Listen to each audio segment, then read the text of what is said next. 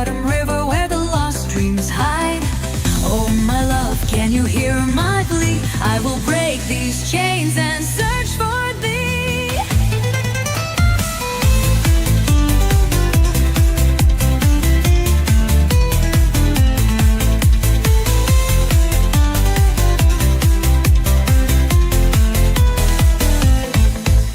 He sleeps in the depths where no sun may gleam, yet I carve my path through the water's seam.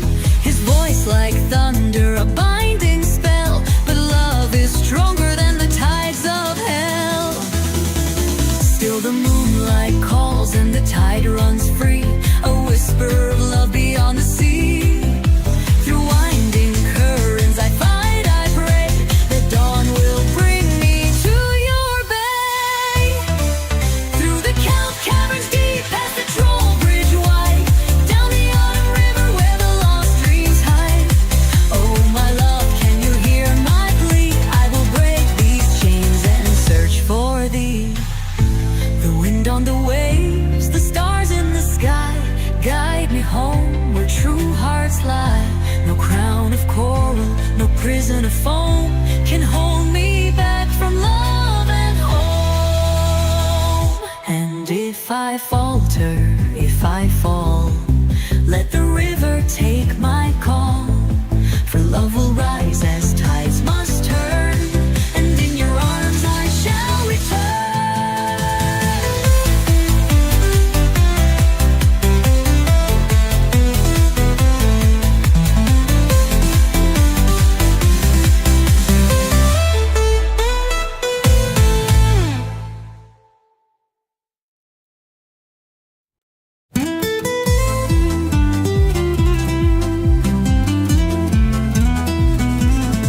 Beneath the waves where the cold tides churn, in the halls of Unland my fate was burned, bound by vows of salt and stone, to a lord whose heart is dark and lone. But the moonlight calls and the tide runs free, a whisper of love beyond the sea. Through kelp-cloaked halls and shadowed streams, I chase the light of forgotten dreams.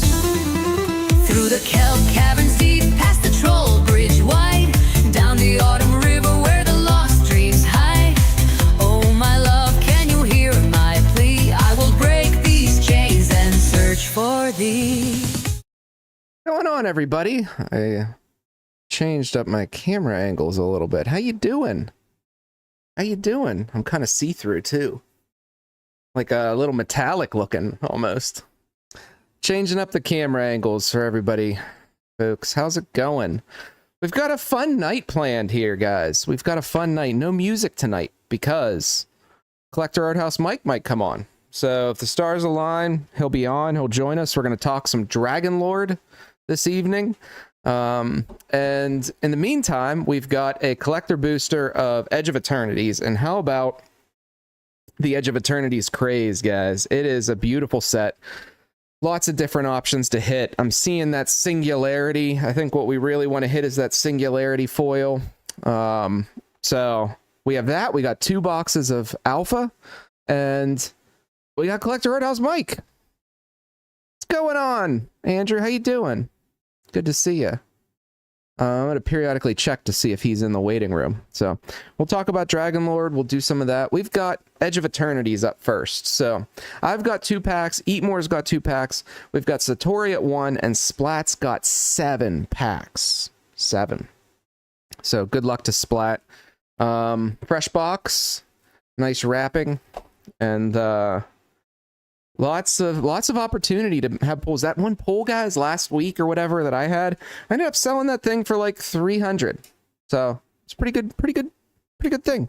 Pretty good deal. I don't really, you can't see my 300,000. There we go. I just moved some things around here for, let's do this. There we go. That's better. All right. You guys ready? You guys ready? We're going to shuffle. After we shuffle, we'll get on to Sorcery. And potentially Mike. Collector Art House Mike. So, we're going to talk how unavailable Dragon Lord is and how angry it's making everybody. So let's go ahead. We'll slice this open. Slice it up. Oh. There we go.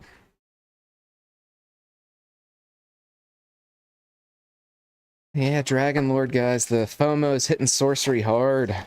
Hard. $400. $400 on eBay. So, kind of crazy.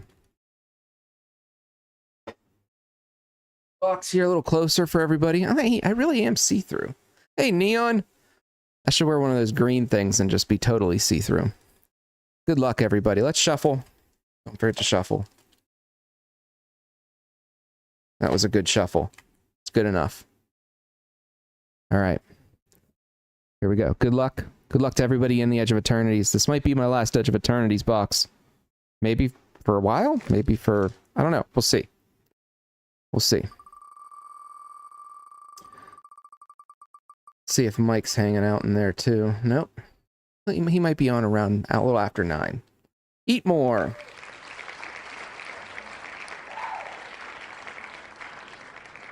All right, good luck, eat more. Oh yeah, these packs are horrendous. There we go. There we go. All right, now we're good. I can see. Okay. All right. Vanishing Light. Come on. Island. Man, did that look crazy. It looked crazy. You got a TC pre-order. Nice. Yeah, you should. Emissary. Okay, we don't want to give away everything here. Flagship Vessel. Okay, and the Borderless. Pinnacle Emissary again. Blast Zone. Man, that looks great. And Singularity Rupture. All right, 8 more. Not bad. Matt, what's going on? My AC, my air conditioning, kicked the bucket on me this week, guys. It's been 95 degrees out here and 85% humidity. So I've had to go get some makeshift solutions. It's just been too hot. All right, one of my packs. Let's see if I can pull another fractured foil. Humidity has just been wild. I've had to get... I actually got like a air conditioning unit for my studio here, just because I don't want anything happening to this stuff. All right, we've got our swamp. Beautiful swamp. Vessel. Or sorry, Vestige.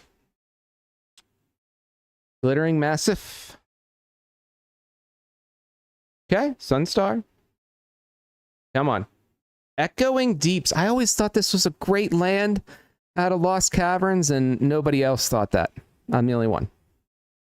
And, oh, another Vestige. Okay, alright.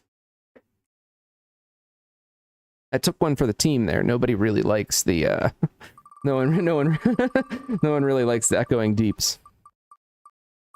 Splat? This is going to be the Splat show. Good luck, Splat. Jeez, man.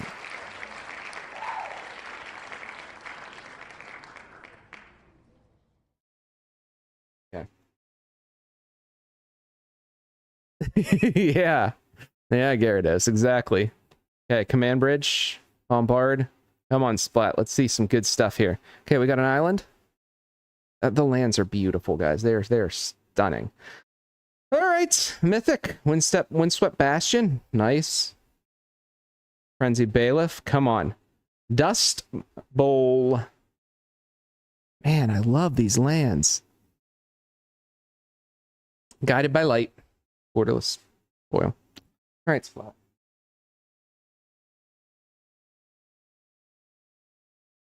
Nothing crazy yet.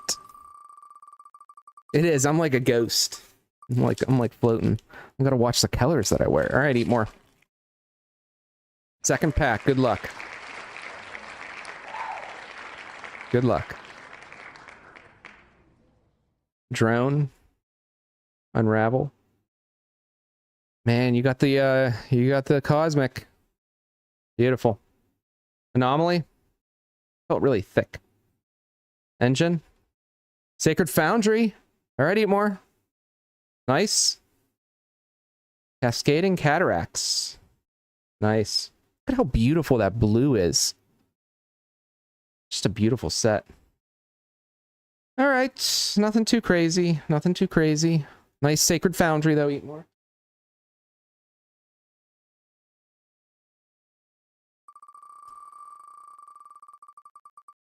Saw on the Discord, we had an Ancient Tomb poll. That was exciting. All right, Splat. Come on. Come on. Auxiliary. Duel. Okay, we got a swamp. See a lot of swamp and islands. Sunset. Planetary Annihilation. All right. Weapons manufacturing. This looks like something out of Star Wars. Oh. Mystifying Maze and foil. Beautiful. Man. Quantum Riddler. Boom. Not sure how that's doing, but borderless foil mythic. This one's great for those blink decks though, guys, and it's beautiful. It's not the cosmic. Not the cosmic. I got a blink deck. It's like a roller line on that. Splat. That's Splat. Good luck.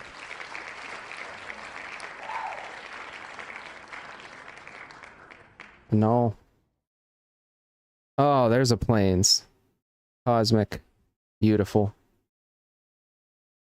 Possibility Technician. They're really slippery, guys. They're really slippery. Pen. Okay. Vocalist. Lava Claw reaches. All right. Again. Amazing. All right. There we go. Nice. Again, it's the Japanese showcase though, guys. That is worth a sleeve though, Splat. Good hit. That is worth a sleeve.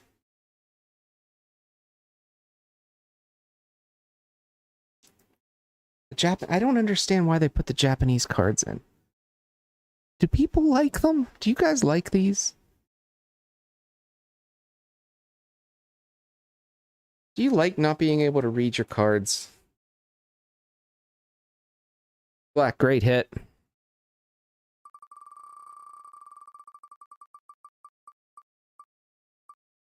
All right, Splat. Come on. Splat's trying to do all the, oh, I see something. Splat's trying to do all the lands. Beautiful forest. Look at that.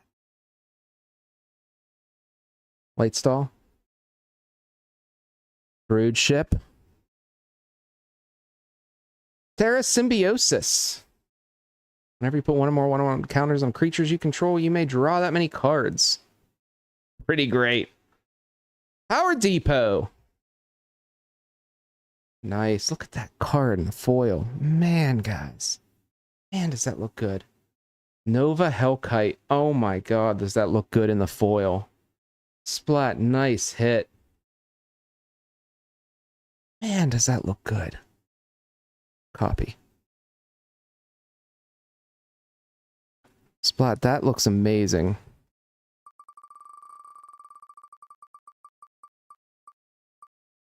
Satori. Alright, you got one, Satori. Good luck. Good luck. Zealous.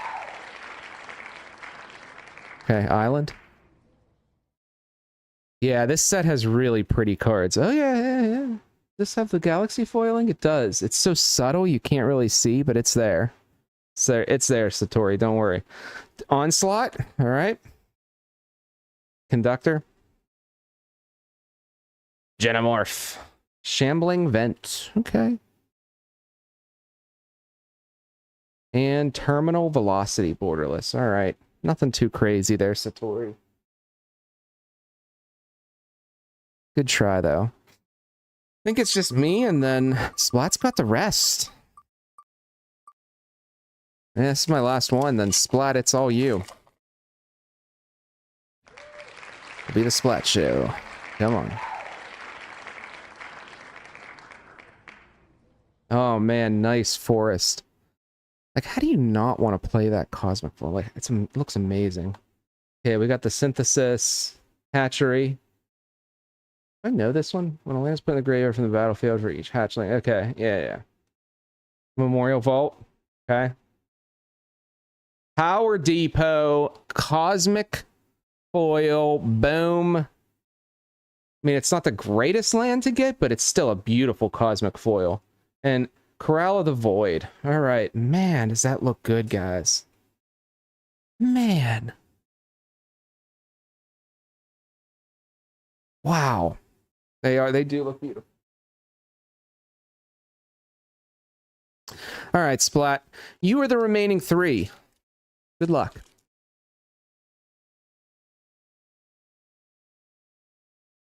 This one's in there tight. We haven't seen a special guest, so hopefully you see a special guest in here.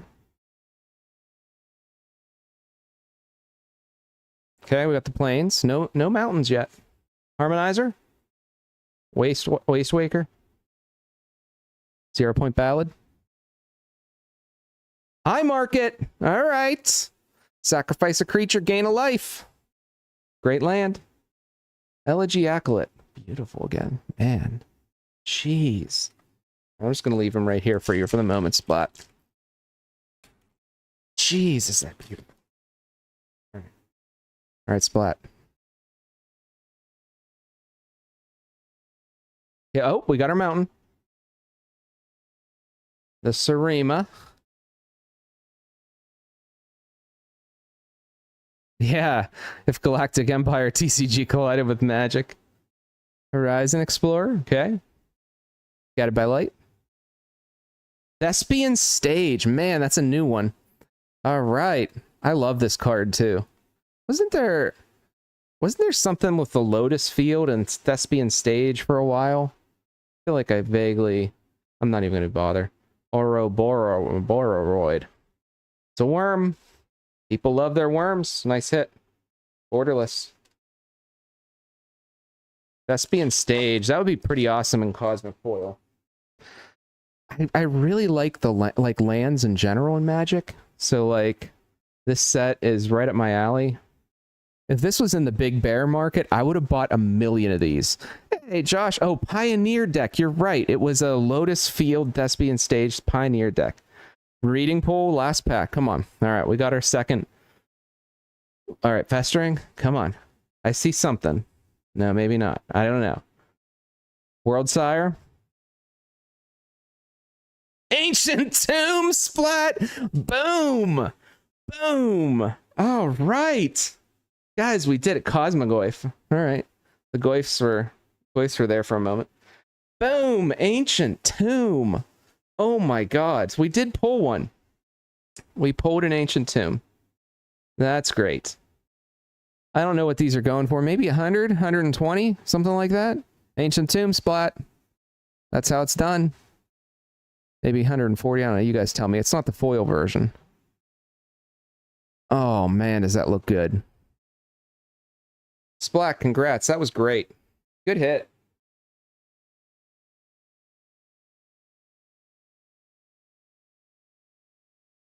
So that concludes this evening's Magic Fairs, and we will move on to Sorcery, the Contested Realm. What I'm going to do is I'm going to put everybody up on the wheel, except for Kevin and except for me. Kevin's getting 1 pack. I'm getting the scraps. Everyone will go up on the wheel. I'll pre-sort the cards, and then I'll spin the wheel and get the wheel out of here. So I'll line up who has who. We'll know everybody's order. Hey, what's going on, Magic Man? Witness history. There's a big poll coming tonight. Let's see if we got our guest. Nope, he is not here. We will line up and do this. Eat more. Eldora. Mad Cows. Ghost. Conductive. And Spiel. Okay, so we got our 7. Kevin's going to do 1 pack, and I'll have 8 packs. or 7 packs. 7 packs. I think is how it's going to work out. So we're going to shuffle them up, crack 2 packs. This is a fresh case. Splat! You fell you fell asleep. Did you see what you got at least? You'll have to like rewind it a little bit, Splat. You'll have to rewind it. This is a top box right here. Boom, Ancient Tomb. This is a top box. This one's not. This is a brand new, fresh cased, sourced from the West Coast of the United States. This one is from the West Coast of the United States. First 2 spins get the dust, and last 2 get the topper.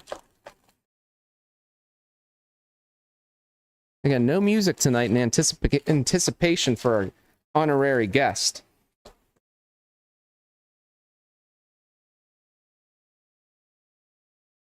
All right. We got one.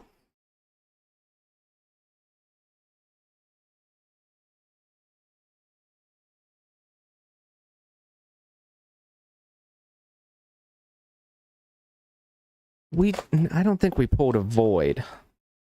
I don't remember. Did we? Did we, guys? I don't remember. I'm too focused on the lands.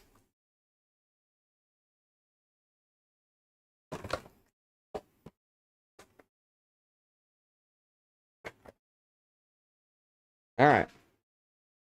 Where'd my other dust go? There it is. Dust got to go down here. It's going to get lost. The dust will get lost, guys. The honorary guest, it's Mike. Collector Art House Mike. If the stars align and he's able to put his kids to bed, I think is what's going on. We're going to do some Dragon Lord talk about the anticipating lack of supply and all of the gossip therein. It'll be spicy. Okay, so now we've shuffled enough.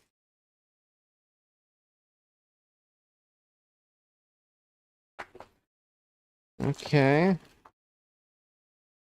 Guys, I watched The Matrix last night.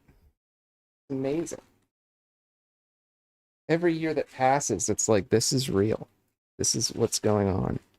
Every year that passes. Okay. Pile 1. 1, 2, 3, 4, 5, 6, 7, 8, 9, and 1 for good measure, 10. Boom. 1, 2, 3, 4, 5, 6, 7, 8, 9, 10. 2. Again, we always go left to right. We do things backwards around here. 5, 6, 7, 8, 9, 10. For all of my TCG friends, sellers out there, how about how slow the post office has been going lately? Something fishy's going on there. 5, 6, 7, 8, 9, 10. Did I do that right? 2, 4, 6, 8, 10. Let's grab 1 for Kevin. Kevin, you're going. This one looks good. This is yours, Kevin. We're gonna set that there. 1, 2, 3, 4, 5, 6, 7, 8, 9, 10. 1, 2, 3, 4, 5, 6, 7, 8, 9, 10. 1, 2, 3, 4, 5, 6, 7, 8, 9, 10. And then these are my scraps. 1, 2, 3, 4, 5, 6, 7. All right, when should we do... Josh. when should we do Kevin's pack? This is Kevin's pack right here. You want to do Kevin's first, guys? Let's spin. We'll get all the spins out of the way. We're going to shuffle them up, and I'm going to place the correct shipping shield on the correct spin winner. We're starting from there, going that way. Let's go. Kevin, that's Kevin's pack. No, Dragon Lord, I might actually, guys. All right, I'm gonna drop a little easy here. I might have a 2-box Dragon Lord opening tomorrow night. So, we'll see. Eat more, you're up first.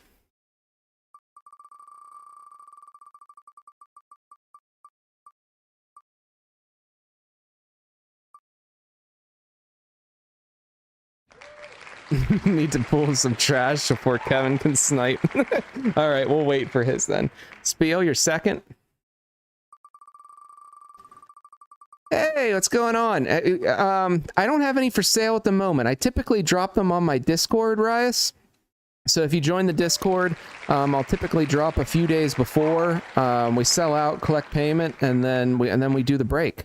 Conductive? I mean, I could open a 3rd alpha box if you guys are interested. Technically, we could do that. The price will have to go up though. These are my last 2 at the lowest price. Ghost, you're up next.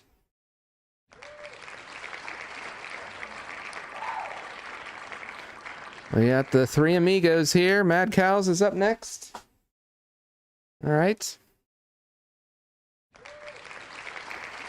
We got our 2 dust on the first, Eatmore and Spiel. You guys will get toppers. Veldora's up next with a topper. And Ghost is up last. So, let's get this out of the way. Now, let's check to see if our honorary guest has... Oh, Mike is here? I had him muted. No, I can't hear him. Talk a little bit, Mike. No, I see your... Oh, I gotta get you in the thing, that's why. That would be why. Hang on, Mike. Give me a second. We are gonna add Mike in.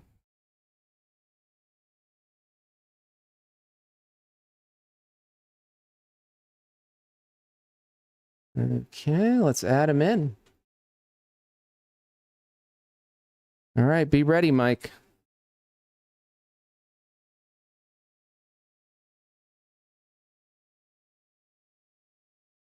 Oops. There we go. Bye. Here we go. There he is. Can we hear you, Mike? Yeah. Oh, yeah, we can. Oh, yeah. What's going on? We're going to put you got me? Yeah, we can hear you. Can you hear me? I don't know. Can people actually hear me? Oh, yeah, they can hear you. Wait, try again. I can hear you, but I'm watching the stream on my phone. I don't think it's working. Oh, I can see it talking. Oh, it's all me. I'm on delay. Maybe I'm just on delay. Yeah, the whole stream's on delay. All right, dude. OBS does a delay stream. So good to have you here. Thanks for coming. Yeah. No, it's a good time. I heard we're gonna open some Dragon Lord. Yeah, maybe tomorrow night. Maybe tomorrow night. Oh wow! If the order from Distro comes in, I have a whopping 2 boxes coming from Distro. So. All 2. Nice. Spiel's like this guy. I don't know if you can see the chat. If you can look at the whole screen here. It's like up in the corner, all blurry. I'm wondering if I should pull up the YouTube stream. Hang on. Let me increase the. Hang on. Let me increase the quality. Yeah, it'd be cool to see what people are saying so I could toy with their emotions a little bit. Can you see it? Is it a little better now? It's like a weird, not really. Let me see if there's a setting on my end. Oh, that's not good. Let me see. Toggle the chat. That's me chatting to you, I think. Yeah. Or a worst case is pull it up on the phone. You can see the chat on the phone. You know, just turn the volume off. What that could be. So let's crack some for Eat More while we're talking, and getting your big energy here for all your breaks. You get a lot of good pulls in your breaks. Yeah, how's it going here? You got a blender going on, mixing up the packs? Yeah, we got mixed up the packs. We already kind of nice imp. We already kind of shuffled, and I spun the wheel, got all that out of the way, so we can just talk. First box. First, a mixture of 2 boxes combined. Oh, 2 boxes. Yeah. Oh, Oh, getting a lot of love for the P-Stone playmats. Oh, nice. Oh, I can hear myself. Is the volume on the? Yeah.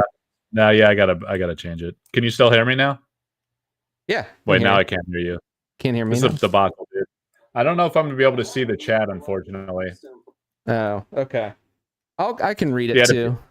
Everybody's saying legend. Mike's here. We're stealing some thunder from Gen Con, maybe. Oh, we got a foil. Angel's Egg. Well, it's just, Who is tuning in from Gen Con?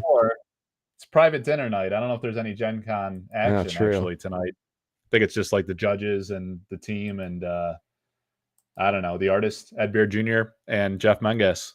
Oh, yeah. How about the Dragon Lord? What's going on? Are you happy with the print runs? Unhappy? What do you think about all of it? I mean, it's kind of there's pros and cons for sure. I mean, I think a product having value for the first time since Alpha has some benefits to maybe attract collectors again. I think people were probably worried that they went in like an aggressive game piece direction, where things were losing value. I mean, obviously, multiple prints of beta threw people for a loop, and then Arthurian Legends not landing that strongly and becoming a tough sell hurt collector confidence a little bit, or speculator confidence. Yeah. So if you want to appeal to like all markets, I mean, I think there's some goodness in this product being scarce and having value. But it is pretty extreme. Like I think, you think they took it too far? Better balance would be better. And I'm also generally not wild about the idea of like you have to go to events to get product. Yeah. I think that's like a nice perk as like if it's like somewhat scarce, but if that's like it seems like it's going to become the de facto like primary means to get the product from what we could tell, which I think is leaning too far into that concept where not everyone can travel, based on what they got going on in their life or whatever the case may be. Yeah. My estimates are, let's say Ed Beard got 700. Let's say the whole of US got 1,000 at distribution. Let's say Team Covenant got 500. Let's say Canada gets 200. Europe gets maybe like 500 max. APAC gets 200 boxes. That's only like 3,500 boxes. So like, where's all the other boxes at? I think the company kept a lot for themselves. I think like I did a video on like my different plausible theories. Hang on a second. I got to close out my auction, man. Sorry. Oh yeah, take your time. I got to close one and launch one. Very casual here. Ripping some packs. Eatmore's got 3 foils and no uniques. So it's been a little brutal here, Eatmore. TC got 1,000. Are you sure about that? I thought they looked at the I thought somebody took the earliest order and the latest order. Oh, nice. Finally a unique. Someone took the earliest and latest orders. Scarecrow, that always gets me. And I feel like it was like 700 maybe max. The Warehouse Dead King 300. Yeah, they were going off of like order numbers, which yeah. I mean, if they were serialized and they were kind of logically adding up like that, maybe that's how Team Covenant does it. But you'd think like they've been selling product for so long, they'd have a more genericized numbering scheme to kind of mask that. One would think. Although this was kind of a unique beast. I don't know if they're used to like having a product that sells out within a couple hours. Has that happened before? Maybe some of the early Flesh and Blood products that were really hot. Yeah, I mean, it's still a testimony to like the demand for it. I mean, it's still great. Rias is saying, I mean, if there are 10,000 Dragon Lord sets, it's not our boxes. It's not out of line with the total uniques of any single beta unique card. It's very different because each box has the same cards, so it's easy to overprint. I mean, that's a good point. Because everything is the identical card. They're probably being super cautious with, overprinting it. Well, I mean, you could deal with that with like making the foils rare. It's still like an awkward product because you get all of the non-foils, the complete set of them in one. Yeah. So it's kind of a weird dynamic where like players are satiated with literally one box, but then the collector or speculator would have to open like tons of boxes, open the same exact thing every time just to for one card. Right. A whole box for one single foil, which like I don't know, man. I just did like a thing about like the foils. I think people should like be cautious about selling or trading their foil because I think like it seems probable that the I'm multitasking here. I'll be done in a minute. It Take seems your like time. likely that the Dragon Lord avatar would be the most rare of the foils, It but does, yeah. I don't think it's. I don't think the other 12 are going to be equally rare. I think there's going to be tiers of rarity, and since they're all uniques, we'll have no idea what that is, other than like maybe the more powerful cards, if there are some that are significantly more powerful than others.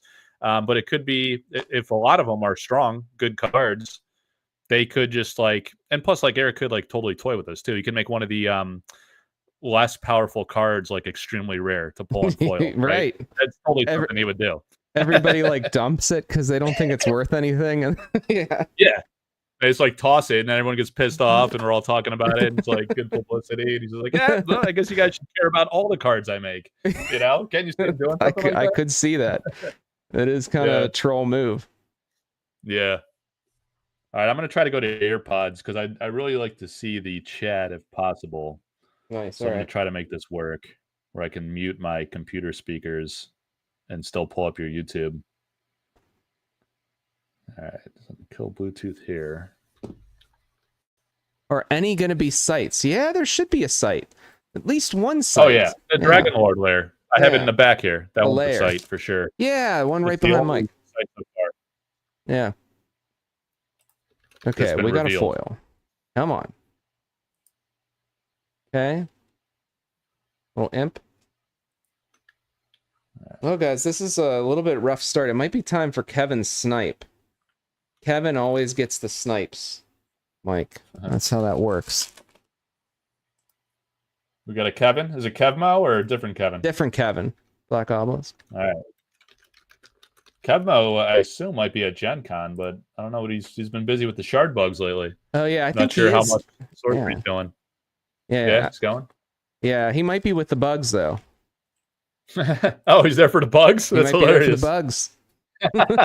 That actually makes sense. Yeah, you should be there for the bugs. I don't know if he's judging or not, to be honest. Yeah, that's a lot to handle. I mean, anyone that's a judge is like a stud because that is like some serious personal life sacrifice to go travel for an event. You're not paid super well. You're really not rewarded that well. Like this year, they're getting like a cool promo, but nah, I mean, you're getting like a promo card to go sacrifice your entire weekend experience judging the rules for other players and not even like getting to enjoy it, right? Yeah. It's pretty insane. I can't believe people do it. Yeah. So good on them. Yeah, Zeet's at that dinner, Josh? Twist of Fate? Yeah, I'm sure he was. I think he was invited to the dinner. Yeah. He was low-key bragging on our face. Yeah. Nah, he was but he was talking about it. Do you think there's any chance that, Sorcery could do another print run of Dragon Lord and say, go to Ed and say, hey, we're printing more. You want to buy more? Yeah. Yeah, I think Ed actually talked about that when he came on, and he was saying that, let's see, I'm going to connect. Yeah, I think he was saying that I forget if like contractually they need to ask him, or he was just like kind of saying that if they did ask him or whatever, he would be, or maybe people just asked what his opinion of it was. And he said he would be supportive of it because, I mean, from an artist's perspective, he wants his art to be out there wide and far. Yeah. Although I think like he has the 700 boxes to sell too. He doesn't want it to be like mega printed and wholly devalued either. That doesn't work in his interest. So right. I don't know. It's possible, but it's like a big risk for Eric's Curiosa to like do that again to the collectors who are already like kind of skeptical on, is it really collectible or is it more of a game and art project? I don't know. Yeah, that's the thing is if they do that, there's a lot of people, or maybe not a lot of people, but there's people that are going to be buying it for 2-3 times MSRP.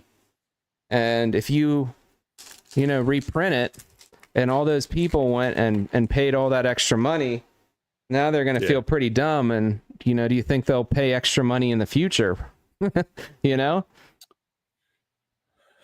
I mean, yeah, that's true. That's a risk too. I don't know. I feel like their MO is kind of like when stuff gets contentious and heated, they kind of just ignore it and let people explode and then Yeah. fizzle out. So here they released it like a few months before Gothic. I don't know if that was coincidental, just kind of lucky, or strategic in a way, because I think it'll work in their favor where like even if people are pissed off for a few months, like I'm sure like at Gen Con tomorrow we're going to see a bunch of spoilers for Gothic. Then they're going to be doing more spoilers between now and then and pumping all their socials and everything. And people will start looking forward to Gothic, even if they're pissed off about Dragon Lord, and it'll kind of blow over. Yeah, for sure. And not only that, it the hype of Dragonlord might be like, okay, everybody goes crazy buying up Gothic because they feel the same thing could happen with Gothic that's happening with Dragonlord. You know, all that FOMO. Yeah. You know. Sky Baron. Man, this has been a little bit of a brutal time here over these polls, Mike. I think regardless of how Dragonlord performs, I don't think it'll have unless someone just came into the game and they see and like Dragonlord's their first experience and they're like, wow, these guys print like pretty limited, and this stuff's like super valuable. I'm gonna go hard on Gothic. I think people that have been around the last couple of years and experienced the full sorcery experience will treat Gothic more so based on Arthurian legends and kind of like a show me first type approach. Yeah, and say like, well, let's see, like they'll kind of like cast off or dismiss Dragonlord as like a one-off anomalous weird type of situation. And with like Gothic being a very large core set again, they'll assume that they're going to print it for a year. And that's what I assume, that like it won't be like a rush to get in. It'll probably sit somewhere between MSRP and MAP, and they'll roll it out in waves and it'll just be available for a while. Mike, we might have one here. What do you think that is? Yeah? It could be one of two things, something good or something bad. Like in the river? I don't know. It looks like what else is orange like that? I'm blanking now. Fade? My mind went to the promo card that Team Covenant had for Arthurian Legends. Oh, yeah. The Sir Lancelot. This could be Fade. It could also be Doomsday Prophet. Okay, yeah. Doomsday's a good call. Let's see if it's Doomsday. Boom! Oh, all right. Good call. Nice. Nice hit. Yeah, the golden border. We did get a unique foil. I pulled that in foil. Yeah, it's hard. It's a hard pull, obviously, but I don't think I pulled in foil. That really, dude, that's like the same color palette as the Team Covenant promo card, the Liz Danforth thing. It really is. It's very close. It's very similar. That's wild. I'm actually going to put it in here. It's just a little more spacious for the unique. I just bought one of these off of our buddy Ghost this week. Ghost? Yeah, I just bought one. I thought some guy was collecting it in the past. The Doomsday foils. Yeah, that was Spittler, dude. Oh, he sold everything. He sold it all. I think he sold like his whole collection. He was just like pissed off. He was so pissed off. Okay, here's Kevin Snipe. Screwed. I had to have a Doomsday Prophet foil, right? Yeah, he had like a binder of a bunch of them. Come on, Kevin. Let's see it. Canamas. Do some drama, dude. Were you following the drama? He had like 20, I want to say. Kevin, nothing crazy. Yeah. Speaking of Ghost, he almost pulled another one. He was one pack away from pulling another one that he just sold. Wow. That would have been funny. It would have been funny. Yeah, I don't know why my AirPods are not pairing. Yeah. I guess I could. I'll do it on my phone. Yeah. Just put the volume down on the phone and just have the chat window up. Yeah. There you go. Yeah. So I think I will have a total of 3 boxes coming in. So that's all I'll have of Dragonlord. I mean, better than most, dude. Yeah. Yeah, you're right. You're right. It's like if you get, I think everybody just wants 2, and they're really hard pressed to get that. Like they're kind of, I mean, especially if you missed on Team Covenant, because that was like your one. It should have been a shoe-in guarantee. That's what I was banking on. Like even though I'm going to get it from Edbeard Jr., I was still going to get one from Team Covenant too, and I was going to leave the Team Covenant one sealed. and then go with like Ed's. Ed's like he's going to sign all the cards, So Yeah, I signed up to get one. I'm excited for that. Yeah. So he's going to be sending me a kit. I'm going to do an opening, but we're trying to figure out like when I could open it because I think a company wants to do a thing with Sophie and them sometime tomorrow. Although, like tomorrow morning when the gates open, it's out of the bag, man. It's gonna be out there. Oh yeah. Sophie's gonna be late by breaking it tomorrow night because it's scheduled like a 10:55, I think. Yeah. And then like everyone's gonna be posting it on the socials. I might have a posting of it before tomorrow night. I just might. It's very possible. It all depends on when. What's that?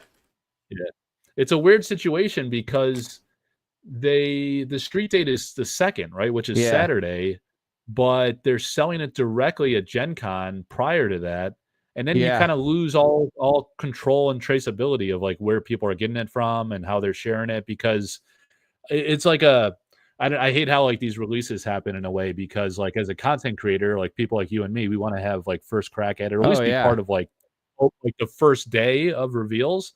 But like it's almost like a weird reverse gaslighting type situation. I feel like it kind of pissed me off because like they're like, if you want to be a good steward of the game and a good supporter of Sorcery, you need to wait till Saturday to street date.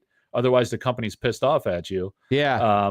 But everyone else in the world, like random freaking guys, like on Facebook or Discord or Reddit or whatever, they're just sharing start it all over dropping the place. So we're days late. Like we're disadvantaged. Even like, and then the Whatnot streamers, they're just doing their thing. They don't give a shit like what the company thinks. There's like that day it shows up, distribution sends it early, good to go, right? Good to go. Yeah, I mean, let's go. For me, they're making bank. Like I won't post on official, but when it comes in tomorrow, I'm gonna drop everything, crack it, and get it posted. So it's I mean, they're all gonna be out there, so it kind of sucks like just waiting 2 days. Yeah, but and I didn't even get my notification that my Team Covenant order shipped yet.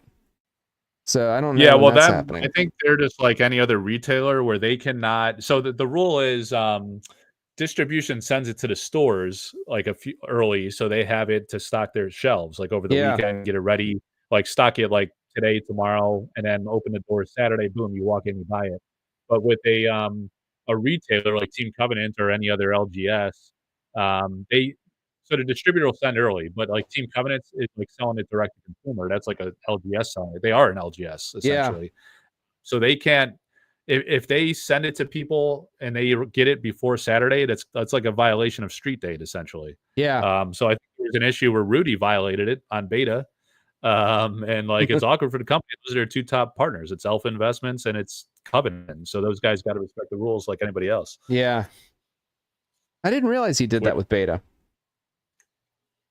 Yeah, because I remember like people were coming into the Discords and stuff, and they were like showing the product and stuff, and we're like, dude, where'd you get that from? And they're all kind of being like kind of sly about it, but then like people started saying like, oh, yeah, my Rudy kid showed. Everyone started saying like, my Rudy kid showed up. My Rudy kid showed up. So we knew it was like them. I mean, I'm sure like some people were getting it from just stores, whatever, to get it from distribution earlier. I think that's how the Whatnot streamers do it. They have connections with stores, and then they make private deals, and they just kind of bent pipe it over to them. Yeah, bent pipe sends the store, and then right out to the Whatnot streamer, and maybe they cut them in or something, right? Easy sell for both. I don't know. I'll tell you what, I'm pretty happy with the hype of what it's doing for for Sorcery with Dragonlord. Yeah, I like the hype. Yeah, it seems like you've been more positive on the game and stuff lately. Yeah, I think a couple things happen. I think the first thing is, despite if my number on my hat is correct or not, whether people want to believe it, what we are observing is that it's not hitting the market in mass waves, and it's not causing a mass collapse. So if that's not happening, and there's a ton of, that's our second King of the Realm. If there's a ton of product out there, Bone Rabble, then what that mean? We had 2 entangles? This is just a weird pack. Look at that. 2 entangled terrains on that thing. Wow. And that what it tells me though is that they can probably have a lot of product for many years and trickle it out to certain stores or events or select places. and probably not do that much negative to the overall market. So I think we've had the time to observe now. And with beta, what we observed was they flooded the market, right? So my concern was, okay, if there's that much Arthurian Legends out there, what are they going to do with it? And I think we're observing that they're being a little more careful with how it hits the market. So I've observed that. I feel pretty good about it. And if the Dragon Lord print runs are this tight, it shows me that, you know, they have the ability to cut a print run if they want to. You know, they're not just gonna, you know, game piece everything to death. So yeah. So my theories were, I think I started talking about that and then I got distracted by the auction, but it was kind of twofold. One is they strategically designed it to be um, much less supply than demand.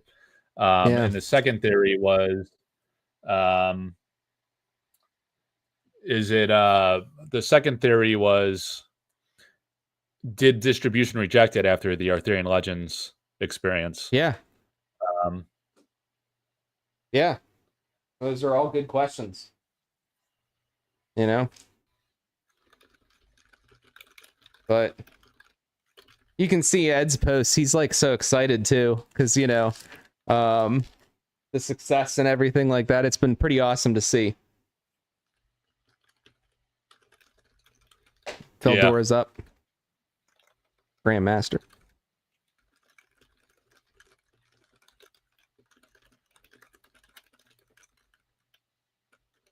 That Sir Lamrick painting tempted me, Mike. What do we got here? Which one? Sir Lamrick, your Sir Lam. Nice bull demons. All right, Veldora.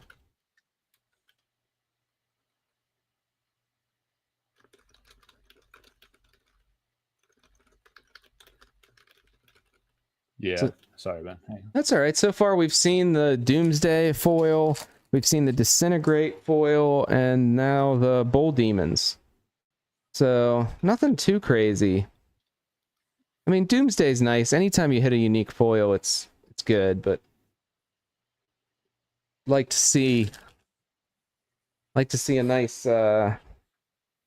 nice unique pop in here for us. Mixed Terra. Trolls. Yeah, Kelsythe saying they're definitely waiting till Gothic, so it'll be available for months after launch. Yeah. Yeah. You know of anybody else who has a full Alpha Curio collection, Mike? Other than maybe Chris Wilson? A full alpha. Yeah. Wait, a full alpha Curio collection. Confirmed. I'm not sure. Let me think about that. I don't know definitively. I would suspect maybe a few, but just anecdotally, based on like people who were buying up a bunch. Yeah. Um,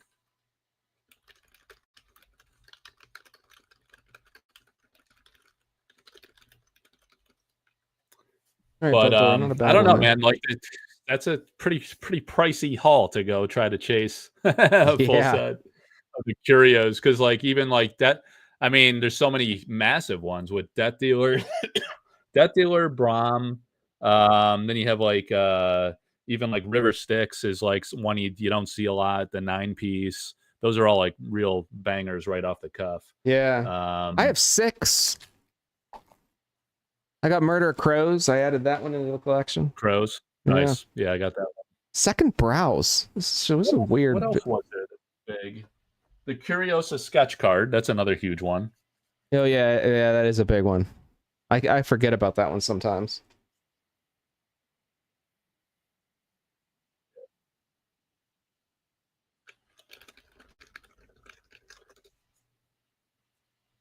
We still have some juice left in this thing. All right, Devil's Egg, Violent.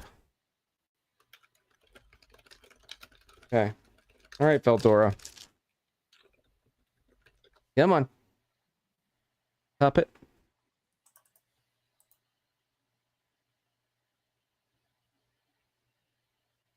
All right, we got Ghost. We got ghosts, and then we got my scraps still. Ghost.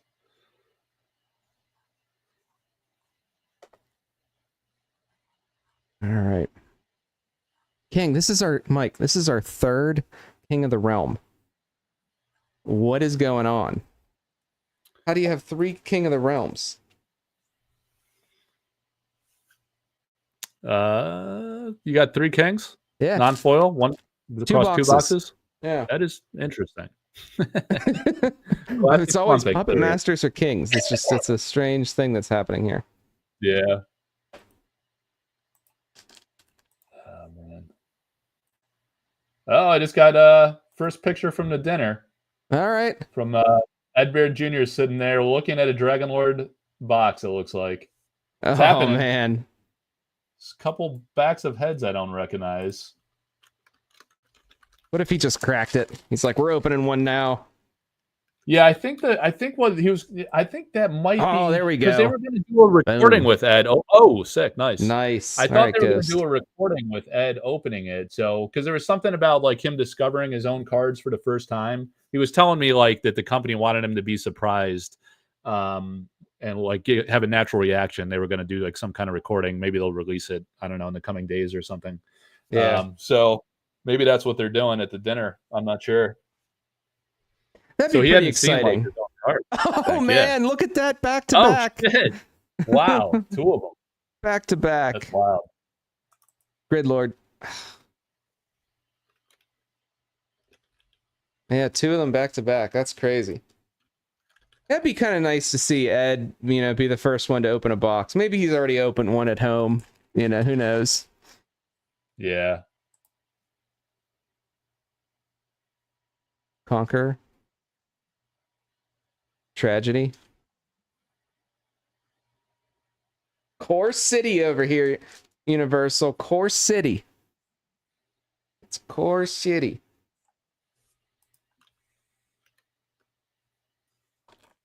Yeah, we were due. We weren't hitting them. Okay, this is our second Crown of the Victor. I think Crown of the Victor pairs with King of the Realm, actually. So like how Keystone and Aquacore and Ruler and Courtesan pair together. I think King and Crown pair, actually. Come on. Okay, Aqueduct. Trolls. Come on, give it to us. Okay, Spectral.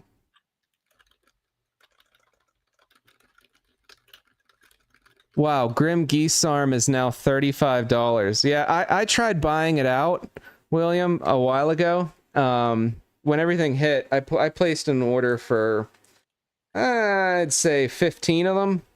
And to no one's surprise, half of them were canceled and refunded. No, nobody wanted to sell me their Grim Geesarm at $4 a pop. Black? Nobody wanted to sell it to me. I mean, I have a few. Maybe I should just put it out there now. Be that person. Mix Air. A couple Mix Airs here tonight. Exorcism. Exorcism looks like it's straight out of Gothic.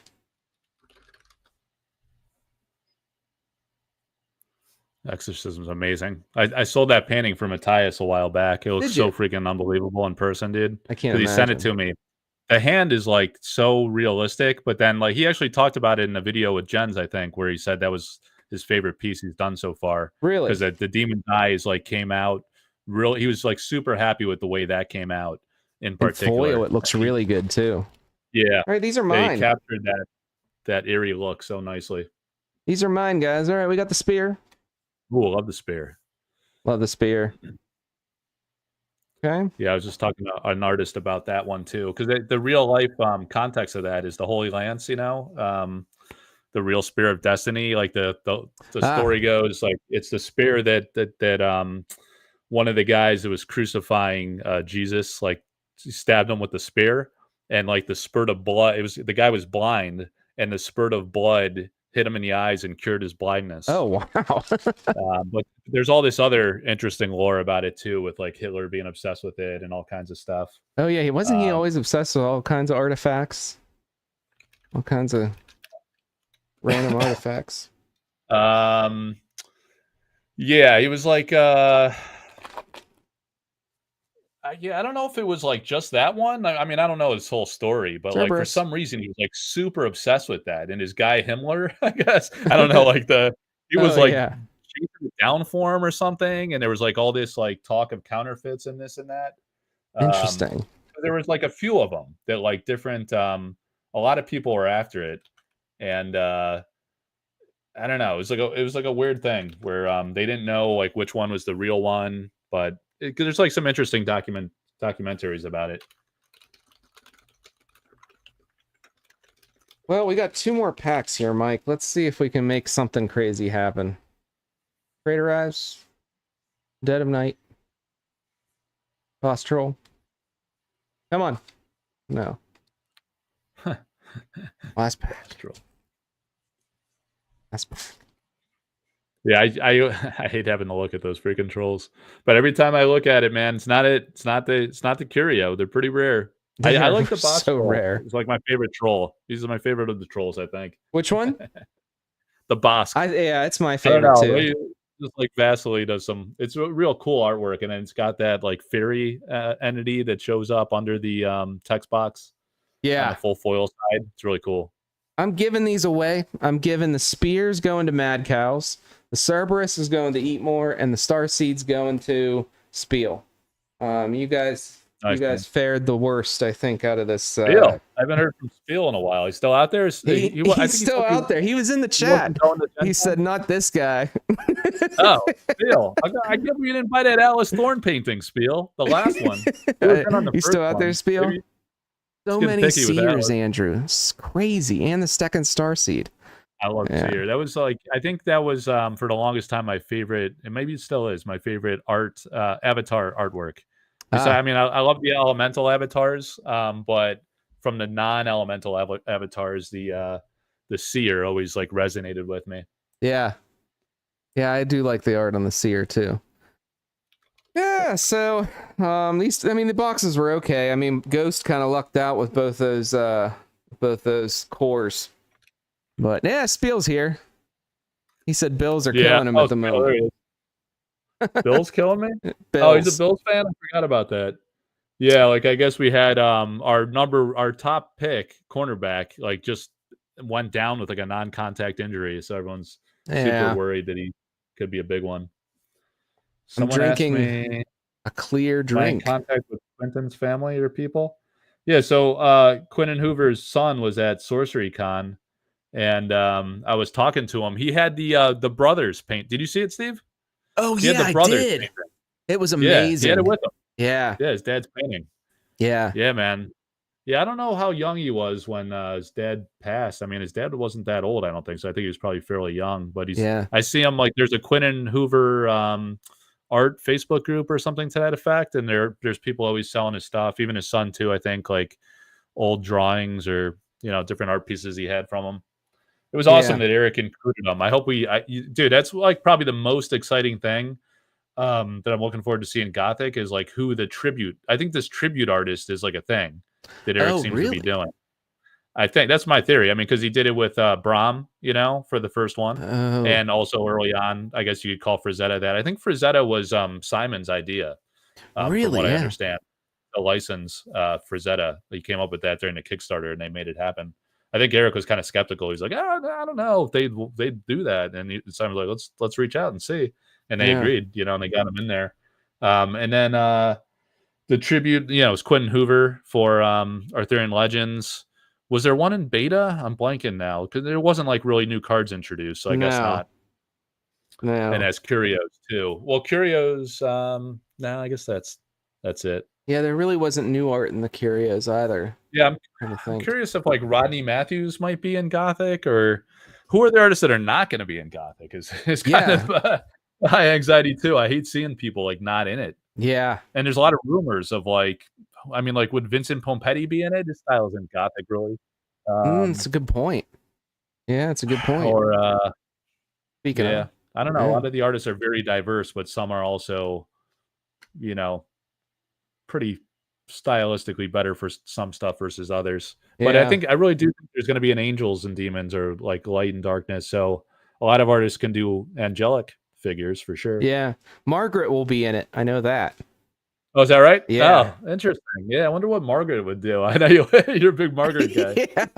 Yeah. I'm really excited because normally you don't really like, I can't really think of like a really dark, Margaret work because her stuff's usually, I mean, it's like whimsical. It's not, Yeah, if you think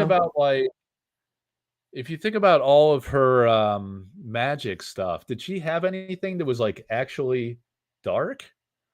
that's what I'm trying to, I don't think she did. I'd have to go to Scryfall. Let me see. I'm gonna look it up now because I'm super curious. I mean, the thing with Magic is like I was like super into it as a kid. Like so in the 90s, I was I mean, depends which part of the 90s. I was like middle school to high school, graduated high school in 99. Yeah. So I mean, but I stopped playing Magic in like it must have been 94 or 95. So like I was into it through Revised and maybe like a set or two after that, but then I moved from Rochester, New York to Philadelphia suburbs for halfway through freshman year of high school. It's like a total mind F. I lost all my childhood friends. Yeah. So I was like, I never played Magic again, my entire life. Did you keep your I played cards with or kids did in you the sell them neighborhood and off? school kids. No, I kept it all. I mean, I didn't have anything like crazy. I had a lot of Revised, like I say, and like some random like foreign language legends, and Yeah. I would buy a few packs of like legends and stuff here and there. Yeah. But yeah, nothing too wild. Some unlimited, but yeah, I just walked away from it till like 2016, 2017. I started looking for something new. I didn't want to get back into Magic because I'd missed like the past 20 years of sets. Yeah. So I started looking at other games. I thought Flesh and Blood was kind of interesting at first, but I mean, I wasn't into the digital art really, and I Yeah. didn't like. I got little kids. I couldn't play it, so I wasn't going to play it competitively or anything. Yeah. So it wasn't doing it for me. Then Sorcery came along, and the art just really captured me. So Yeah. I'm kind of like an extremist too. I'm all in on one thing. I get hardcore about like lifting or something. Yeah. It's either like lifting, investing, like stock market type stuff, or like in TCGs, it's like the art aspects of things, and I just like go hardcore, like all in, think about it all the time type of thing. Yeah. That's my personality type. Yeah. So sorcery will suck you in. Gyarados says he Yeah. has a wyvern curio, so that is. Oh, Yeah. that's the one. Yeah, I have that one too from Arthurian. Yeah. That was awesome. I really like that. Yeah, me Wyvern, and too. I have the unladen swallow because it was like really aesthetically unique. I Yeah. actually didn't know the what was that movie that it was based off? I'm blanking. Monty Python. Yeah, Monty Python. Like that completely didn't get that reference, but the bridge is in it just too. The bridge of doom. Card was. Yeah. I mean, after people pointed it out, I watched the video clip and all that, but it was. I have it hanging right here. Oh, really? The unladen. What? Oh yeah. You bought the unladen. I forgot about that. Yeah. Dude, that sold like so cheap. I was shocked that auction didn't like pop off. I know. That's wild. It was like, I mean, it's a curio. Like I sold the the other one that didn't go nuts really was the Severin Ninja. The one that was it a beta curio, I think.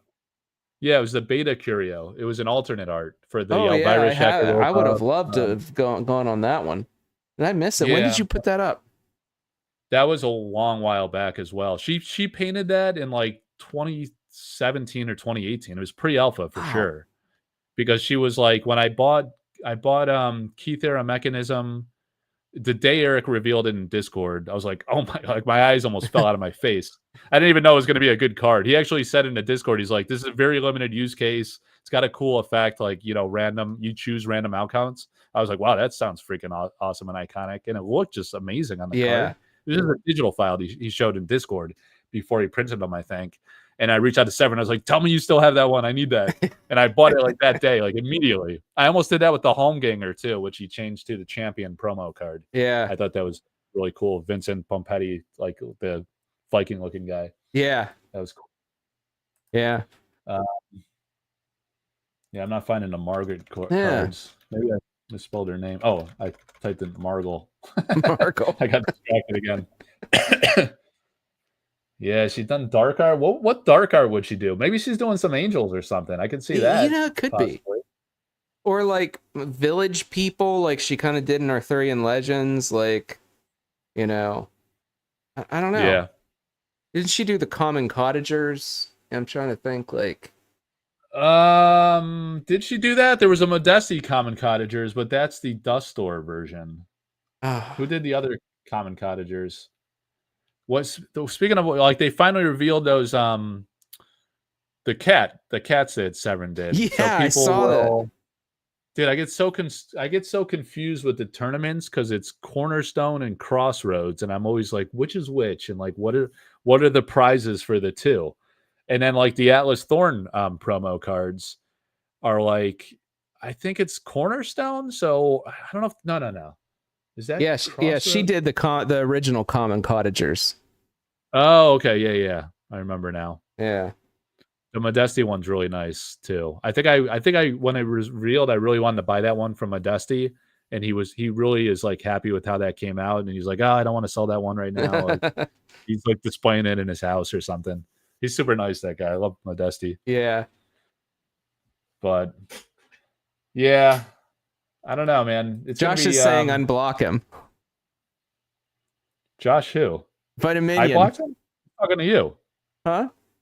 Oh, that's Vitaminion? Yeah. Dude, the guy hates my ass. I don't know why.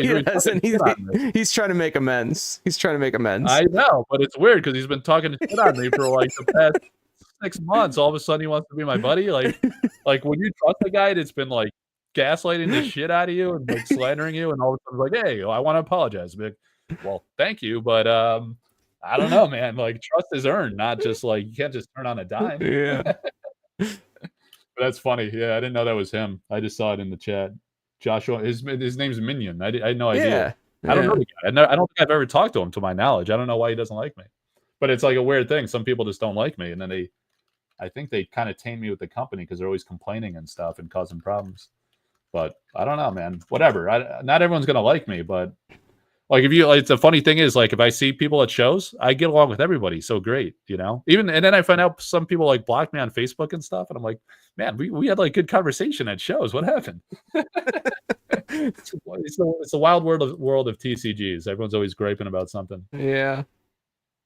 We had a good time at Sorcery Con, opening some Sorcery, some Frazetta art cards. Oh, and yeah. What was the other one? We got to bring Guardians, I guess, next year. Guardians, the Elvira packs were great. Are you going to SCG Con in Baltimore? Maybe Baltimore, because like that's maybe like an hour drive for me or something like that. Hour and a half. Yeah. It's doable. Yeah, I was thinking about doing that one. Oh, really? I mean, it's a 4-hour drive, but it's, for me, Gen Con's there's just so many people. It's just like it's overload. But, SCG Con's a little, Yeah. Maybe I could find a way to invite ourselves to Ed Bear Jr.'s house since he's in Pittsburgh area, I think. Your neck of the woods. Yeah, he is. Like, Ed, how about me and this Philosopher Cards guy just come on over? Because I want to see the Dragonlord minivan, and I want to see all his original paintings that he's done for Sorcery. He was, I don't know if he was joking, but he said he's got them in storage somewhere, like in some high security, like, I don't know. He said that in the last show, but yeah, I mean, he's got his studio. It's hard to tell because his Jeekly prints look like originals. Yeah. When he came on last, I was like, "Oh, you got all the originals behind you." He's like, "No, these are canvas Jeekly prints." I was like, "Oh shit!" That's what those are too. Someone asked me if that Dragonlord lair was the original when I first showed it. It looks like incredible, but it's not. It's the first. It's the first in his series of like 200, or I forget if it's 200. Oh, is it number 1 out of 200? 1 out of 250, it looks like, I think. Yeah. It's like of that size, and I think that's like true to size of what the original painting is, if I'm not mistaken. Yeah. Dude, his like artwork is insane. You think he'll ever sell it? Yeah, I think he'll sell a lot of his Dragonlord ones, but they'll sell for like 20 to 25 grand. Yeah. Is the thing. So like, because he has it's interesting background because he's obviously like famous for his legendary dragons from Legends, the Elder Dragons. Yeah. But he like, you know, he's sued WotC before. Like he's had like major battles with WotC. And he's not on good terms. Like he would never do Magic again, I'm pretty certain. Wow. So he like kind of walked away from it completely, and he was out of TCGs entirely too for the longest time. But although he did a ton of TCGs in the 90s, and maybe you've discovered some like the Shadow Fist had like Okay. him and Benson and Menges, I think, like several artists that Eric's used for Sorcery.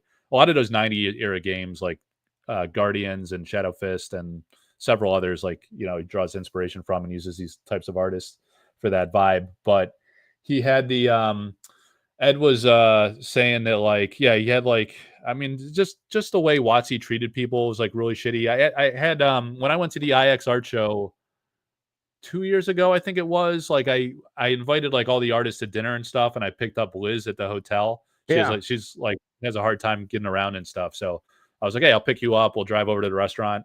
And as we were driving, she was telling me all these like WotC stories, like from back in the day. It was like super interesting, and like a lot of them were just cast off. Like Sudlow told me this too. That like all of a sudden they're like, you know, you're not good enough anymore. We don't like your style isn't like doesn't fit with us.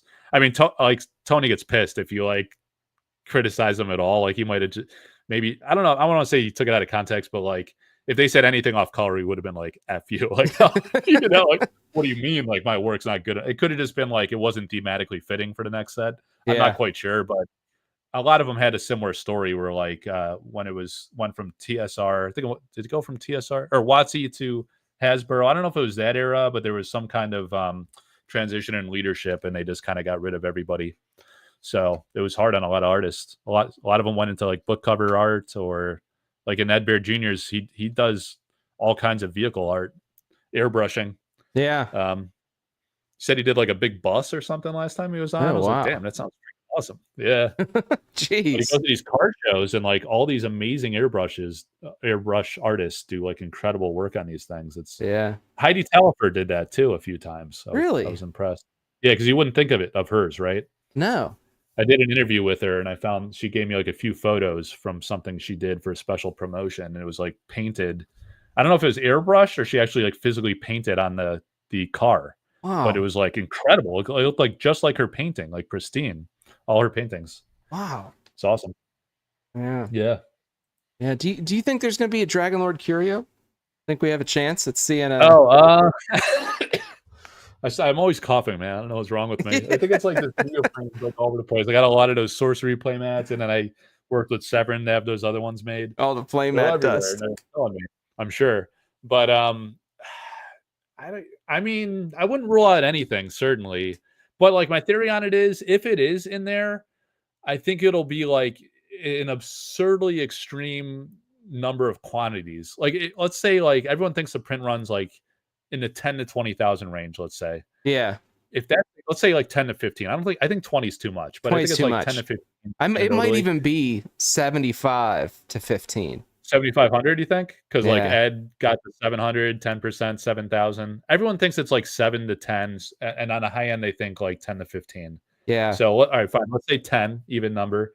If that's the case, I think like it would be like 100 total curios Yeah. total. If like it's either one, there's 100 copies, or like there's two, and there's Yeah. like 100 total, 50 of each. Yeah. I mean, even that might be high. I don't know, because like some people Yeah. think there's only 50 or 100 in alpha and beta, but I think there's probably like 200 in alpha or beta. Because Yeah. think about it, like people are tracking the numbers and stuff, and they were coming up with like 30 copies shared on social media. Yeah. You think like that's everything? I mean, like Yeah. I started my Discord because I was finding like a lot of people hate Facebook. And I Yeah. was like, oh, well, I want to connect with people on both sides of the house, so I'll do a Discord too.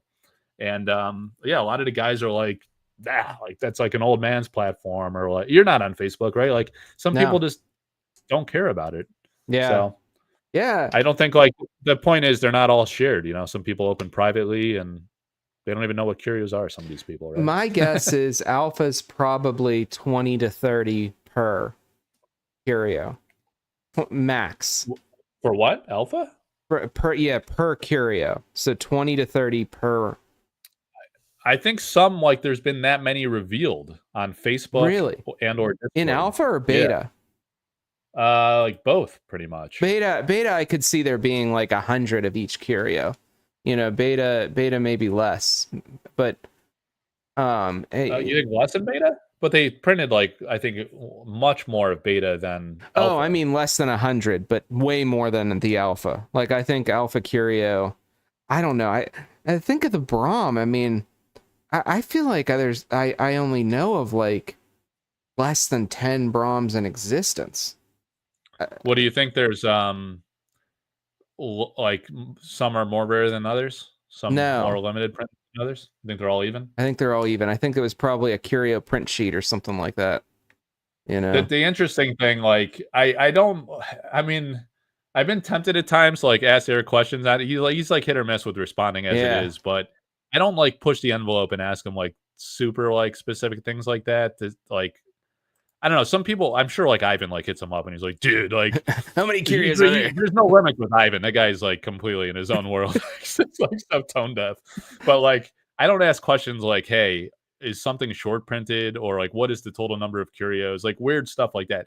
But like, the question I would ask is, did he envision? And this might be a fair question actually. Did he envision that the Braum would be like the big chase curio? Yeah, that's a fair Or did question. did that surprise him, Like, maybe that was by design because it's an artist that's not in a set, but, they might have, like, fully thought the, Frazetta Death Dealer was as such an Yeah. iconic artist. But the Braum, I don't know, I think, like, kinda Braum was strategic to be kinda one of the higher end ones, though, because it is, like, Yeah. a huge name in the art industry, and it's just such a striking image, too. I don't know. Yeah. Stands out, and not a core artist. Yeah. You think we'll see any more Boris art? Actually, it's interesting because like now Brahm is in Gothic, so I think it's like very possible that we will see either some new or licensed. Uh, I oh, there you think go. Eric's answering. That's Eric. Is it I Eric? get plenty of questions like that. I never answered them, obviously. Ivan's hitting him up. He's like, "Dude, Eric, Ivan. what's your mother's maiden name?" Like there's no limit for Ivan. Weird stuff. Ivan But, has no yeah, has no like, bounds. I'm super curious. I mean, it is kinda cool, like, I think Eric's, like, got an artist mindset, and, like, when you ask it reminds me of Drew Tucker, like, I'll ask him a question, and he'll be like, "Oh, yeah, yeah," like, he'll just agree to, like, anything I say, Yeah. like, when I asked him about his art concept, I was like, "Is this supposed to be, like, you doing this?" And he'll be like, "Yeah, yeah," and then I was like, "Is that true?" And he's like, "Well, it's up to you, like, however you interpret it?" Yeah. But it kinda leave it like, the mystery adds a bit of mystique or intrigue. Oh, here we go. I had a hunch that Braum would be a big chase card. Avatars are special, and the Braum art on that one fits really well in a cool way. Yeah. Yeah. Yeah. Yeah. Okay. Yeah, I mean, yeah, it was, like, an awesome choice, and, like, the thing I love about it is, like, when you look a lot of the Brahm artwork, it has that, like, kinda dark, mysterious type of vibe, like, you see a lot in a lot of his Guardians CCG artwork, Yeah. but that one with the yellow striking background is, like, it really pops and stands out. So Yeah. when you pull that thing, you're like, "Wow, what the hell is this?" Like, Yeah. it screams Curio, I'm right? still hunting for it. We still have to pull Yeah, it. I mean, yeah, aren't we all? I don't know if, have I even pulled any alpha curios? I pulled the wyvern or the wyvern. Okay, yeah. Um, yeah, I pulled the, Quentin Hoover one, the Yeah. wyvern Wyvern, in yeah. Legends. That was, like, the one curio I've pulled. But, I mean, I've had some serious I pulled 2 alpha Philo Stones foil, Yeah, see, I and, like, pulled all the big 0, ones. but I pulled 3. We pulled Really? 3 on channel. So we pulled 3 curios. We got the Grim Tangle, the Devil's Egg, and the I think it was the Cave Troll, not the Boss Troll. That's cool. Yeah, I think, yeah, Drew, Drew that works for the company, he's wanted that Grim Angle so badly. At least, like, I haven't talked to him in a while, but, like, I knew he was, like, chasing one. I don't know if he ever landed Yeah, it. I don't know if he I think did either. he was playing the card a lot, but Yeah. I thought it was funny, like, of all the curios, Grim Tangle just seems, like, so random. Yeah. Yeah, desire badly, right? But It'll it's a be cool cut. interesting to see though in Dragonlord if there are any. It'd be really interesting to see if it's possible to have any like earlier art from Ed or something like early on in the Dragonlord story. Dragonlord? Do you, I mean, Ed like said that like he has is part of his Dragon Lord lore, his story. He has many more characters that are gonna come to fruition in this mini set. So he Yeah. has enough where he can have like a whole second mini set, in theory, like if Eric wanted to do that, Yeah. or maybe leverage a couple for a curio. Like I always wondered that, when you did the coins, they had the wizard on the back. Yeah. That would be like a cool one. That would be fitting, like a wizard for sorcery makes perfect sense. I don't know. There's so many possibilities. Done so much stuff. Yeah. Yeah, So, a bolus Dragon Lord Curio. I wonder. I no, don't know I mean, how I like don't think you'd wanna, licensing. you don't want to directly grab a Yeah, magic artwork. but it would be interesting though. Like, what about an early sketch or something like that or like an early idea for something like that? Just would be kind of neat. Did you ever read the I did a behind the art article with Melissa Benson on the Plume Pegasus? No. That one, the concept in Plume Pegasus is a sketch she did for her Magic the Gathering Mesa Pegasus. Huh. So she did a sketch and she submitted it to Jesper Merfos, who was the art director at that time, early on in Magic. We got one here. And yeah, and he rejected the sketch. Well, he didn't reject it. He asked her to art directors ask you to tweak things sometimes. He asked her to kind of change it. So yeah, that was like the concept that she submitted. And he wanted her to like make an adjustment, which ultimately became what she used for Mesa Pegasus. So when I guess I don't know how it worked out with Eric if he asked for a Pegasus, if it's like he was inspired by Mesa Pegasus or whatever the case may be. But she went back to that sketch concept she had done for Magic like 25 years ago, 30 years ago, whenever it was, and I guess it was 30 years ago at least. And now it's in Sorcery. It's an awesome connection. Yeah. Yeah, I have I think I have like an old Scry magazine or something. I might have it on the shelf over there. I'm looking up there. I think I found it digitally, but I might have bought that issue trying to track down that sketch to tell that story. Yeah, that'd be pretty neat to see it though, I think. Yeah. Yeah, there's all these interesting stories, but I don't know. They're too busy getting photos of Spider-Man. Who's saying that? Kelsey's saying they're too busy. Oh. Hey, Brooks, sorry I missed you there. What's going on? I heard, how's that new Spider-Man movie? Oh, I didn't see it. Is it Spider-Man or is it Spider-Man? Someone was telling me about it at work. I can't keep up with all the Marvel. I was like, oh yeah, is it good? And he was like, I don't know, it comes out today. It was like a few weeks ago. And I was like, oh, okay. Obviously I'm in my own world. And I rewatched The Matrix last night, so that was I give it the oldies. Oh, Superman. Big Willie Risley's out there. Why does he have a crown? Crown number 3 next to his name. Oh, Superman came out. Okay. Yeah. Does that crown have some significance? Like he chats a lot? Yeah, so I think the crown means like the third most chatty person in the stream tonight, for example. Oh, in the live? Oh, that's cool. I didn't know that was yeah, kind of neat. Yeah, good to see Eric popping in though. That's pretty awesome. Kind of. I've never seen him pop in on any stream before. Inside info from Eric too, answering the Braum question. That's pretty awesome. Yeah. The Curios, I really like the Curios just because the chase behind them too, but also kind of the significance that some of them have, Yeah. Yeah. Yeah, the Curios are like the ones in beta. Well, obviously the ones in alpha because they were some pre-alpha concepts, but the ones in beta, you had the elemental avatar sketch Curios, the omnipotence one. Like no one. I was proud that I was the first to make that connection because I remember when Nick Reynolds, the guy that came up with the grid-based play approach and the co-creator, he was talking. He never comes on camera, right? He's been on like 2 or 3 of the different YouTube things that the company has done, and he was talking about this card in Omnipotence that he and Eric were working on in the early days. Yeah, and then I was like looking at the card like after beta came out, and it wasn't even like at first when it was first revealed. It was like later on. I think I was probably like populating my website or something and doing the deep dives. And I looked at it more closely and I noticed that word is on there in like the subtext in the lower left corner. And then like I went back and I wrote up like an article or made a post on the Facebook group or something about it and referenced like the timestamp where Nick was talking about that. And that's like an awesome connection where like, unless you're like a hardcore fan of Sorcery following like every piece of content they put out, you would not know that at all, right? Yeah, and no one did know. No other content creator or anybody like had any idea. Yeah. So I was like, Damn, nailed it. I got one. That's my scoop. Yeah. Yeah, Mystic see if I Moose is here. What's going on? Yeah, Oh, Kelsey Mystic. saying Eric showing up is like seeing a shooting star.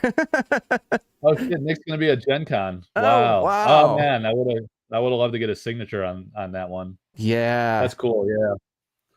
Yeah, Yeah. I like Eric. If you're listening, yeah, obviously he is. But I always thought like I mean Nick seems a little introverted or maybe camera shy or something, but he seemed like super articulate when he would come on and talk about. I always thought it was like really fascinating, especially that one episode I'm talking about where he was talking about the early development days.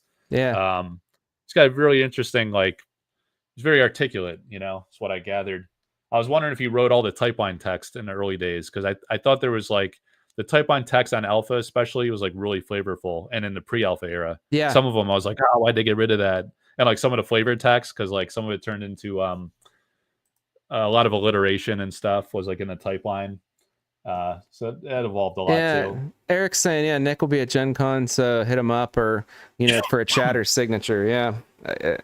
Too bad I couldn't make it this year. It's a hard year with the twins. You know, we're at 3.5 and they. What? I didn't know that. Yeah, I have 3 kids.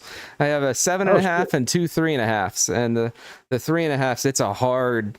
They're like very, very mischievous. Dude, your wife must be a saint, man. Like, if I went to Gen Con, I think I'd get a knife in the back or something. Oh yeah, that's why I didn't go this year. I save my bullets for Sorcery Con, you know, once a year. I can't go to like all of them. And yeah, that's why I didn't go. I did do the Battle of Elverson, so I went out east. 3 kids. Yeah. Okay, yeah. But I was like, I gotta pick one, and I picked that one. And, you know, it's just kind of nice and laid back, and I'm not a big crowd person. Oh really? I wouldn't guess that. Yeah. Well, I mean, I like the Sorcery Con crowd. Don't get me wrong, but like Gen Con is like overwhelming crowd. Oh, I've never. Yeah, I don't go to Gen Con typically, so I don't know what that would be like.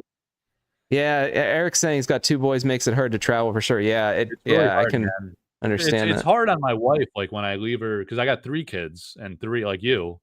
I mean, if it's me, like I'm pretty like chill about it. Like I would just like go to some like trampoline park and go nuts and like eat like trash food all weekend. Is like party, right? Yeah. Very immature and like no rules type of thing. Exactly. But, like, you know, the wives like feel like some obligation to raise these kids right. You know, and, like if I leave her, she's super stressed. And plus, she stays at home, so she's with the kids all day, every day.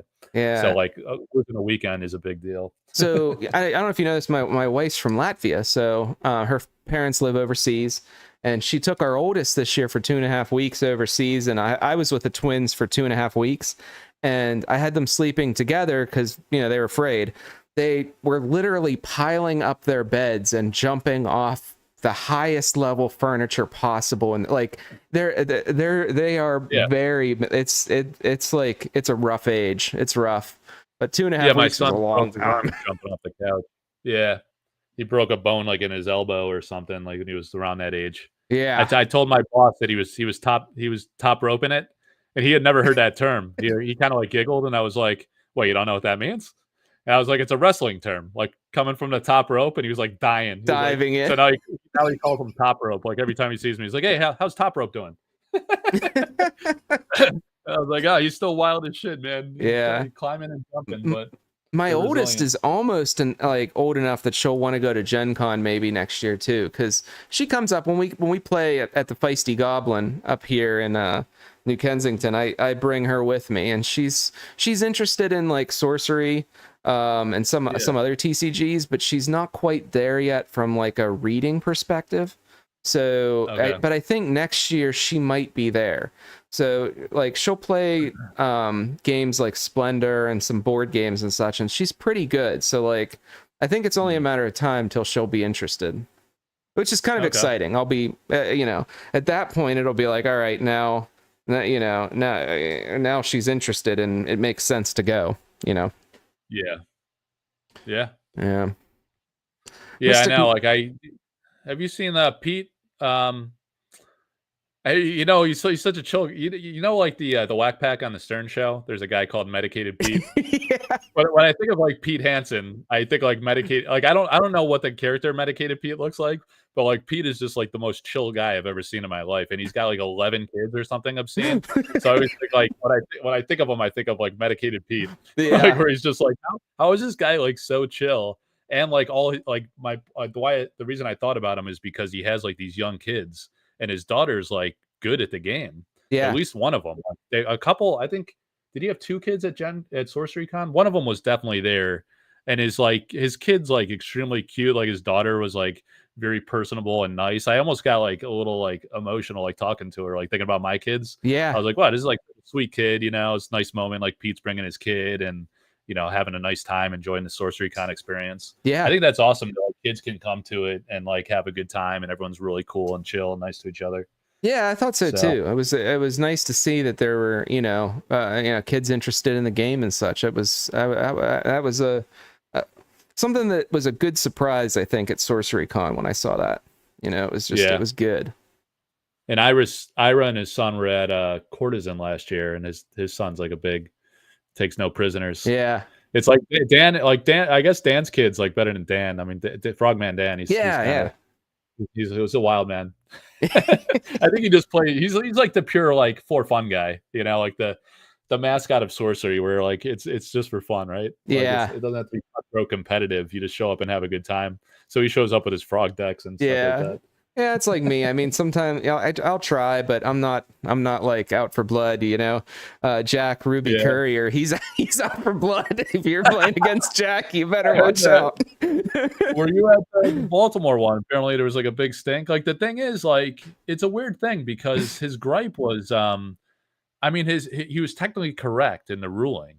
Yeah, but like as a matter of good sportsmanship, I mean the ethos of Sorcery is like you allow people take backs and like so I guess like from what I understand, the guy like plays it was CJ, I think, right? The YouTuber. So he plays the Highland Princess, and he just like dropped it on the mat, starts searching his deck, finds the card, and then he wanted to place the princess like on the next grid spot over or something. So like Jack like lost his mind about it. He called a judge over, and he was like, no, he's like, you got to place the princess before you do the search. And like the thing is, like it didn't have a material outcome on the game in the end. No, like even if you put it over, like I guess it died off quickly or whatever. Something happened where like it wouldn't have changed the outcome. But as like a matter of principle, it's a weird thing because he's technically correct, and maybe he's like parlaying this into like a statement type thing where he's like, hey guys, we got to have some rules integrity here, because like it could have mattered. I know it didn't matter in this case, but when like a painting's on the line or something, maybe I would care. I just like see the Highland Princess as like a tutor. So like you're just playing it like, hey, here's my tutor, searching the deck. Like I could totally see that happening though, because most tutor type things like that are more like magic spells. Not, creatures or minions, So I could totally see that happening. But yeah, Jackson tense when he's playing.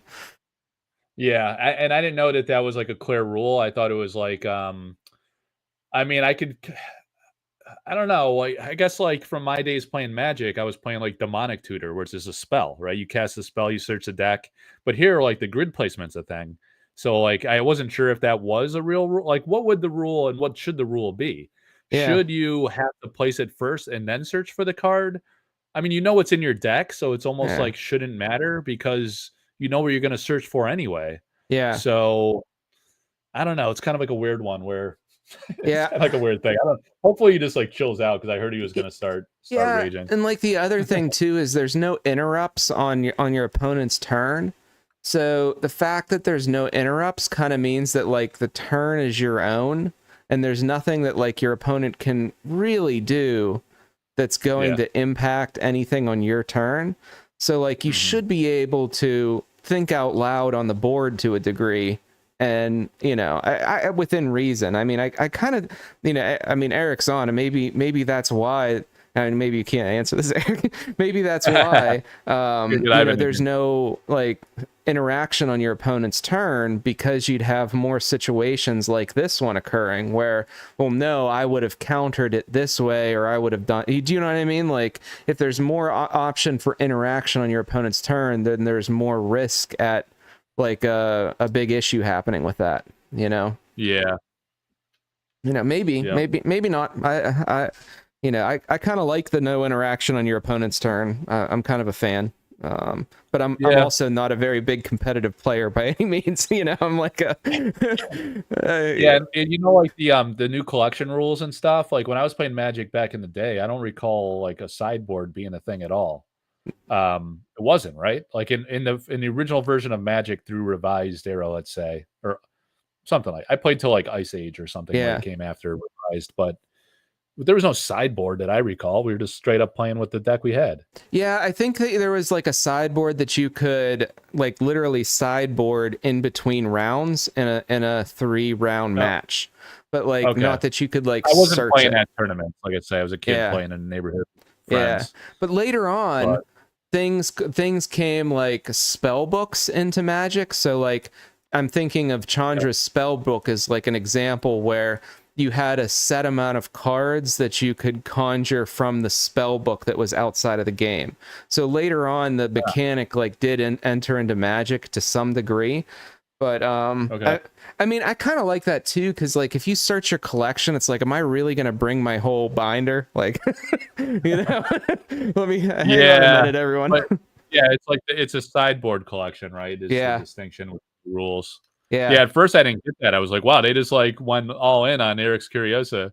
The card, right? Where you could search literally your whole collection. So now we got to show up at tournaments with a big binder, like a big like box, bulk box. Yeah, exactly. You be very well organized too, so you don't like if you're under time limits or something. It's Kelsite's saying with Princess, you know what's in your deck and you know what you got to get.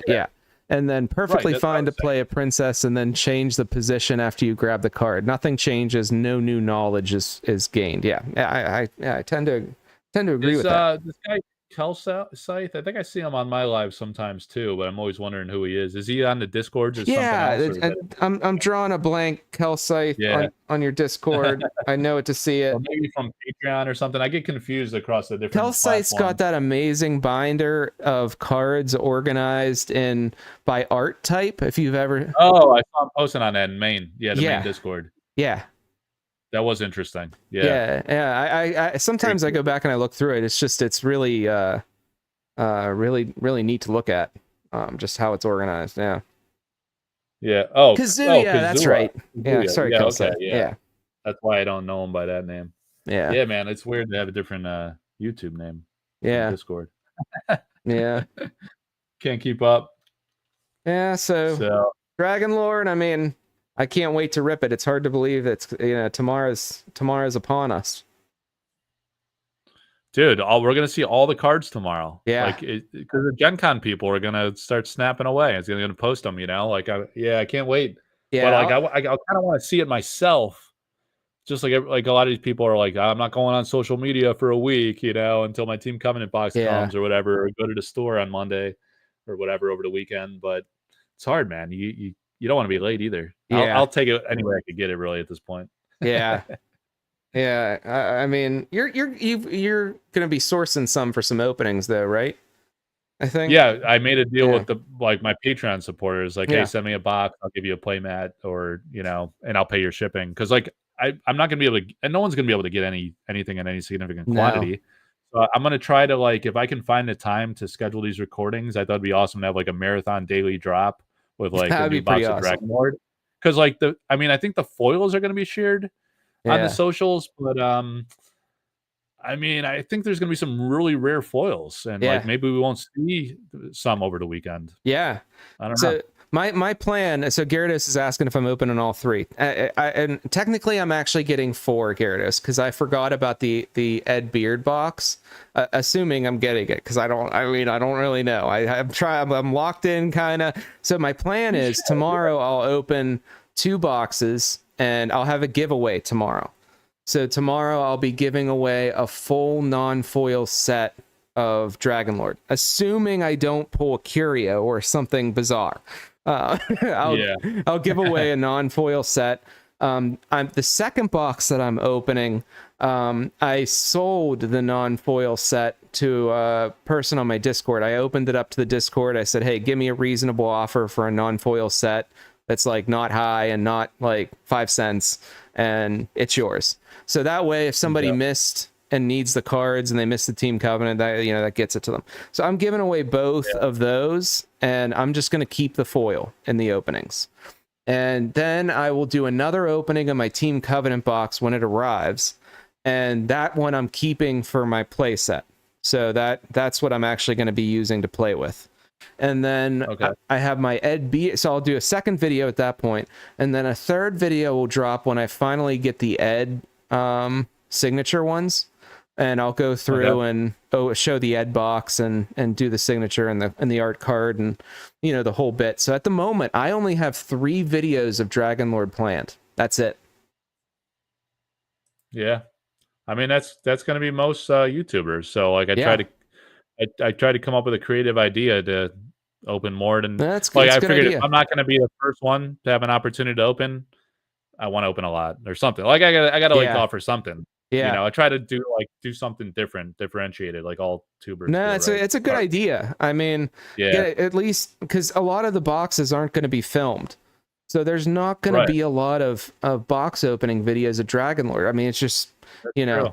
And like, there could be people really. You think it's be a whatnot type of set? You think people do it on there? I don't know, because like I'm hearing from other stores that are large that I mean they're getting 1 to 3 boxes for the whole store. Yeah, I know. Some stores that have really supported the game and have bought a lot of Arthurian Legends, bought a lot of beta in the past, those guys are getting like a case, which is 10. But I mean, there's not let's say there's a whatnot person that has a deal with a store. Unless the store gives that whatnot or the whole case of 10, if they get 10, I mean, but that's still only 10.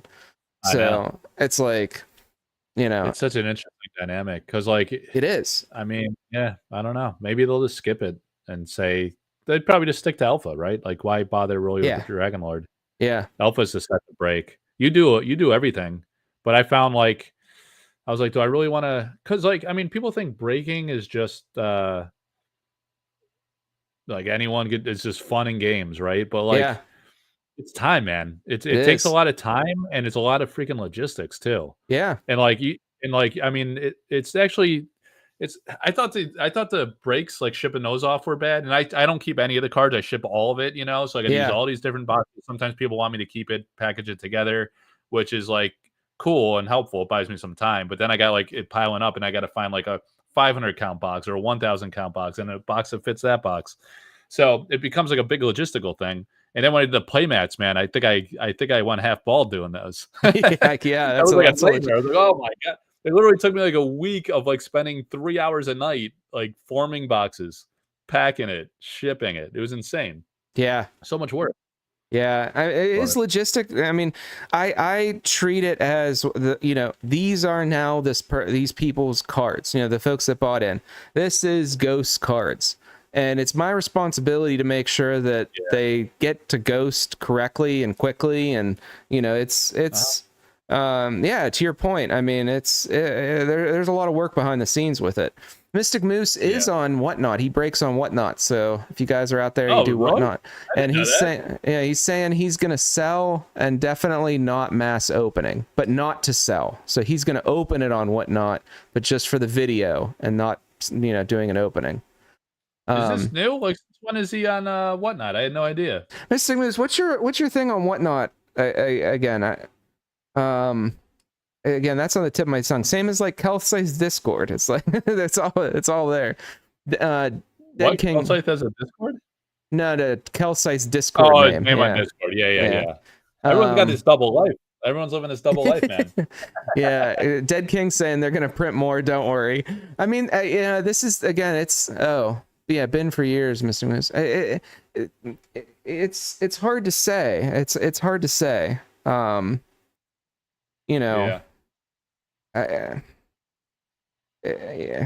you know, it costs money to go back to the print, you know, to go back and print. And you figure, why wouldn't you just print everything up front if that's the case? Like, I don't know. This one I'm not sold on that there's going to be more, you know?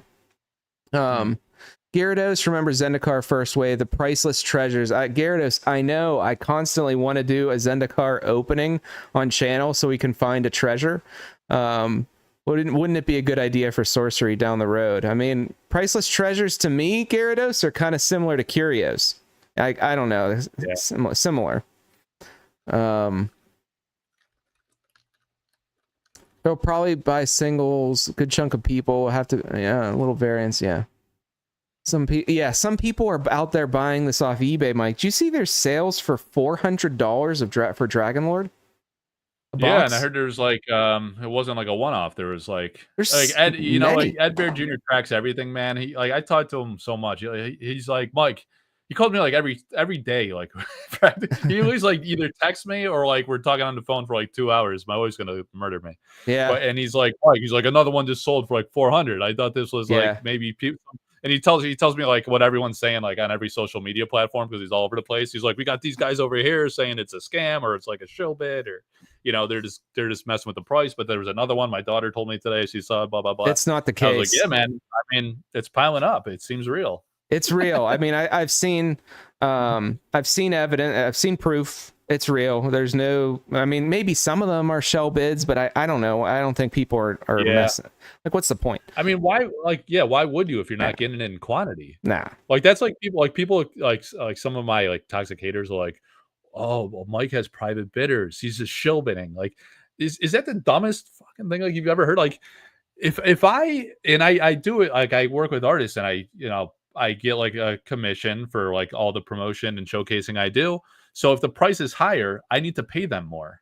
Yeah. Like so why I've would I do actually that? thought about trying this. To bias the whole ecosystem? That's absurd. I've thought about this too. Imagine, so like, okay, let's say you're pumping the auction. All right. In theory, you could, if you are private bidder and you're bidding on the painting, but you're going to have to pay it. And why can't you bid on the painting just like anyone else? So as long as you're prepared to pay it, even if I'm not saying you are a private bidder, because I don't think you are any private bidders, but my point, because I think if you wanted to buy the painting, you'd probably try to strike some sort of a deal if you really wanted the painting. But I wouldn't bring it to auction. I'd just buy it. Yeah. I mean, I've actually done that a couple of times. Like someone like approached me. One guy had like multiple paintings, and I was like, all right, I'll sell them to you. He shipped me the paintings. And I was like, dude, I can't sell this painting. I was like, you just got to sell it to me. Like when I saw it, like I wasn't expecting to like love it so much, but then I saw it, I was like, I got to have that one. Like this is rare. Like I don't like buy them all, but like a couple times this has happened. I was like, I really, really want this one. Maybe can we just work something out? Like whatever reserve he was going for, whatever the case may be. And we did that, but. Yeah, so, I mean, like it's stupid to bid on my own thing. I would just buy it and make a deal. So there have been many instances that private bidder has won auctions. So when I was going after the Spellslinger painting that was up, I remember I was going up against private bidder number 1, and private bidder number 1 ended up winning that one. But if it was a shell and private bidder number 1 is fake, then where's the painting? Yeah, right. Yeah, and like I like to show my shit off, like and I like to enjoy my paintings. I'm not gonna go buy a bunch of paintings and put them in the closet. But even if you bid on your own auction and you showed it off in the back, I mean, then you won the painting. But like you would have paid for it. It's not, the concept of the shell bid is that you wouldn't pay for it. You know what I mean? That Yeah, you're right. Like on eBay, it's like a tactic because the product is not real.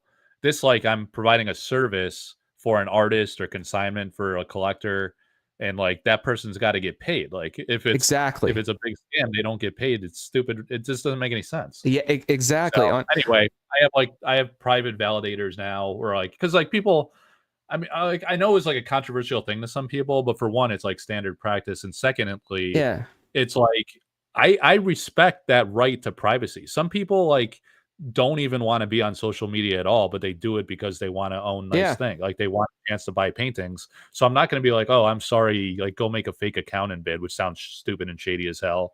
Or like, no, sorry, you got to reveal yourself. Like, and I've had people that have bid like publicly at times, but they've also bid privately at times. Yeah. For whatever reason, like they don't want to, People to like know they don't that want to get one. harassed too. Some people don't want to like be target. Like I've had some people be like, "Oh, like I saw this guy won this one. I'm gonna go DM him and try to like make him an offer he can't refuse." Like some people don't care about the money; they just want the art. You know, Yeah. it's a unique one of one special Well, work of art that speaks to them on some level, and they just want to enjoy displaying it. You know? to that point, in theory, Kind if of you market. really wanted to be nefarious, you could go create a bunch of fake discords too.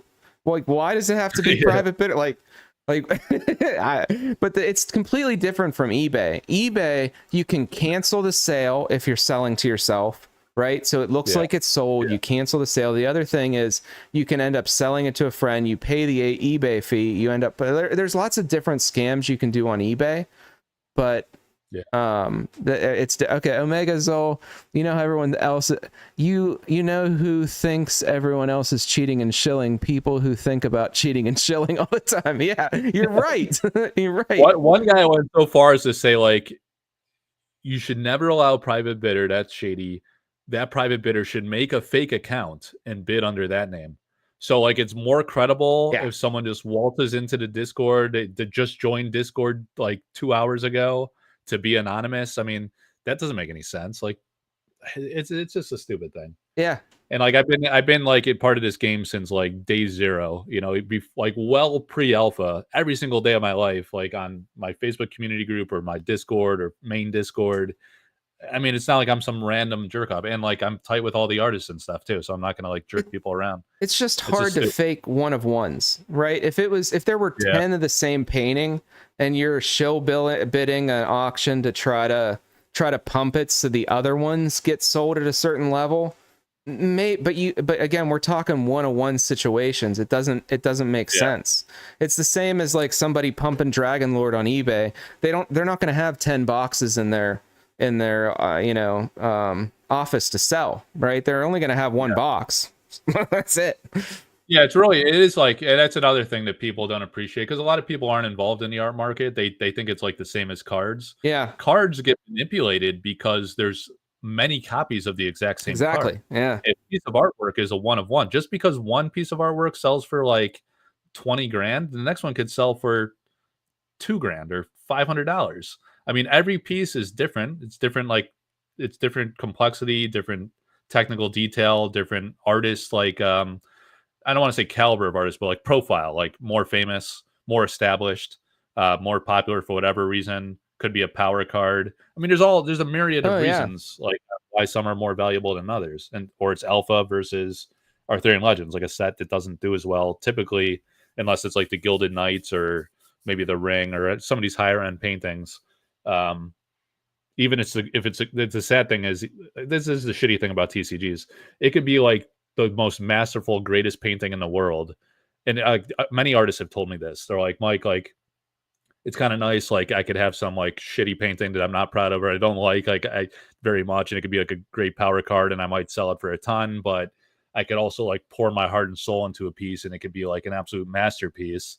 And then the art director, the game designer, decides to make it like the most worthless, like unplayable common card, and it's worth nothing. Yeah.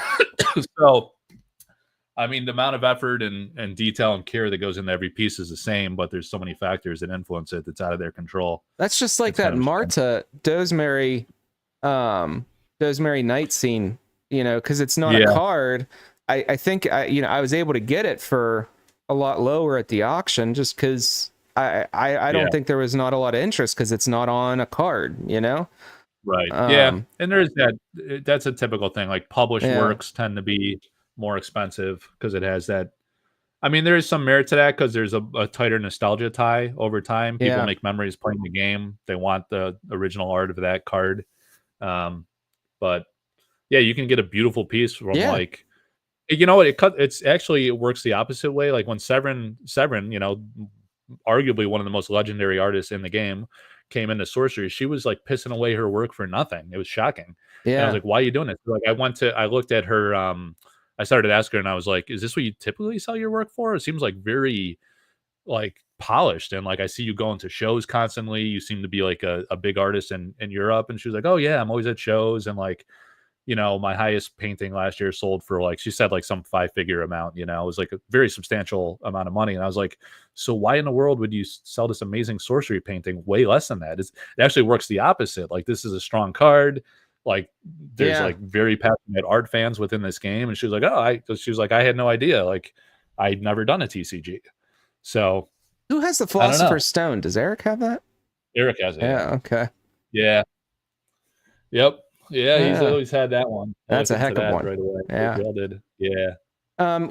Dead King's asking, do prints carry any weight or value in art pieces? Yeah, I mean, there's all kinds of prints too in different calibers. Like, you could go to an art show and you could buy a print for like $20. It's just like a unlimited print run, modest size, 8x10 or something like that. Or you could get like a more, like, these G-Clee prints are more expensive because they're more expensive to produce too. They're like basically almost replicas of the replica prints of the original painting.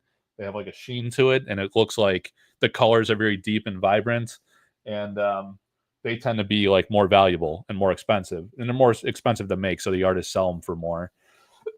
But yeah, I mean, sometimes people do limited print runs of certain works. Like, they might do a certain size or a certain type of print, like in a limited numbered series, or have like a it's hard to see in the lighting, but both of those, the Dragon Lord and the Dragon Lord Lair, they have a what's called like a remark. Like, if you look at this one, like Ed, I think on this one, yeah, I think he added those. I don't know if you could. The lighting sucks, but there's like these dragons in all four corners that he painted on top of it. So that's like an embellished print, or they call it a remark, the painting on top of that. And that increases the value a lot, because that's like a lot of time and skill he had to put into like doing it. So yeah, it varies in a number of ways. It's also like a proof.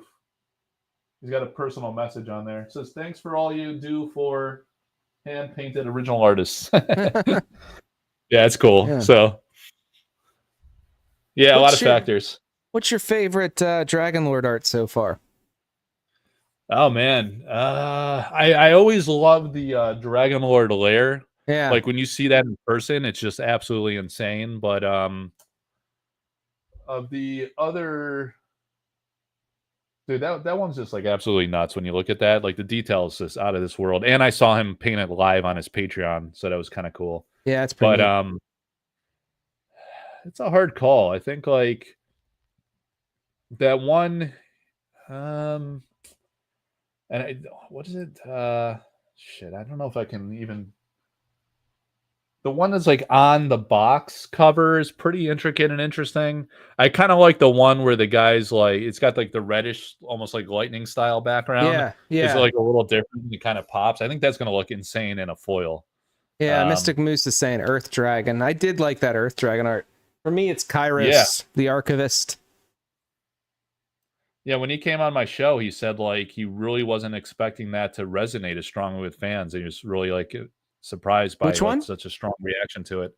The Earth Dragon. Oh, yeah. Because he said it's like just a very different type of dragon than he would typically do, like being like rooted in the earth. And it's a female dragon character, which is also different than what he typically does. So, but yeah, people love that one. Yeah. Yeah. I like Kairos, the Archivist. Oh shit! I forgot about that. Yeah, that dude. That's my favorite. Is spot on. That's the one. That's probably what I would go with. Yeah, I'm gonna have to get that one in foil for sure. Even if it's unreal. Yeah, if I don't pull it.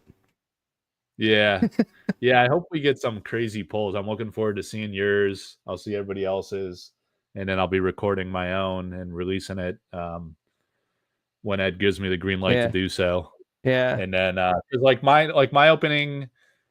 It seems like they wanted to feature Sophie's show, so she's got the special spotlight. They sent her a box, but mine, like Ed sent it to me, so we're going to treat it differently, as like this is what the Ed Bear Jr. Dragon Lord offering is. He Yeah. sent me one like with an art card, so you'll see like what the art card looks like, and then the kit. He signs on the front of the kit too, which is pretty cool. Yeah. Signed and numbered. So Yeah, it's pretty yeah. awesome. Mm-hmm. Calcite's saying Margaret did Vril Revenant, which is pretty dark. Oh yeah, It's a good point. I missed Vril Revenant. did you see that at I brought it to Courtesan last year because I sold it to a guy and I'd hand delivered it to him.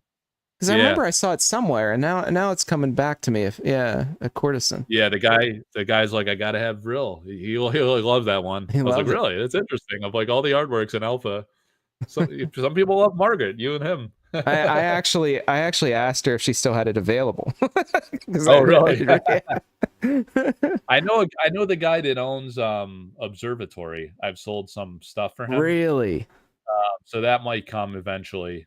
I got to reach back out to him because he was trying to sell something else. I think it was like one of the Marta paintings, actually. He was like, Mike, if you get this one sold, then I'll offer Observatory as well.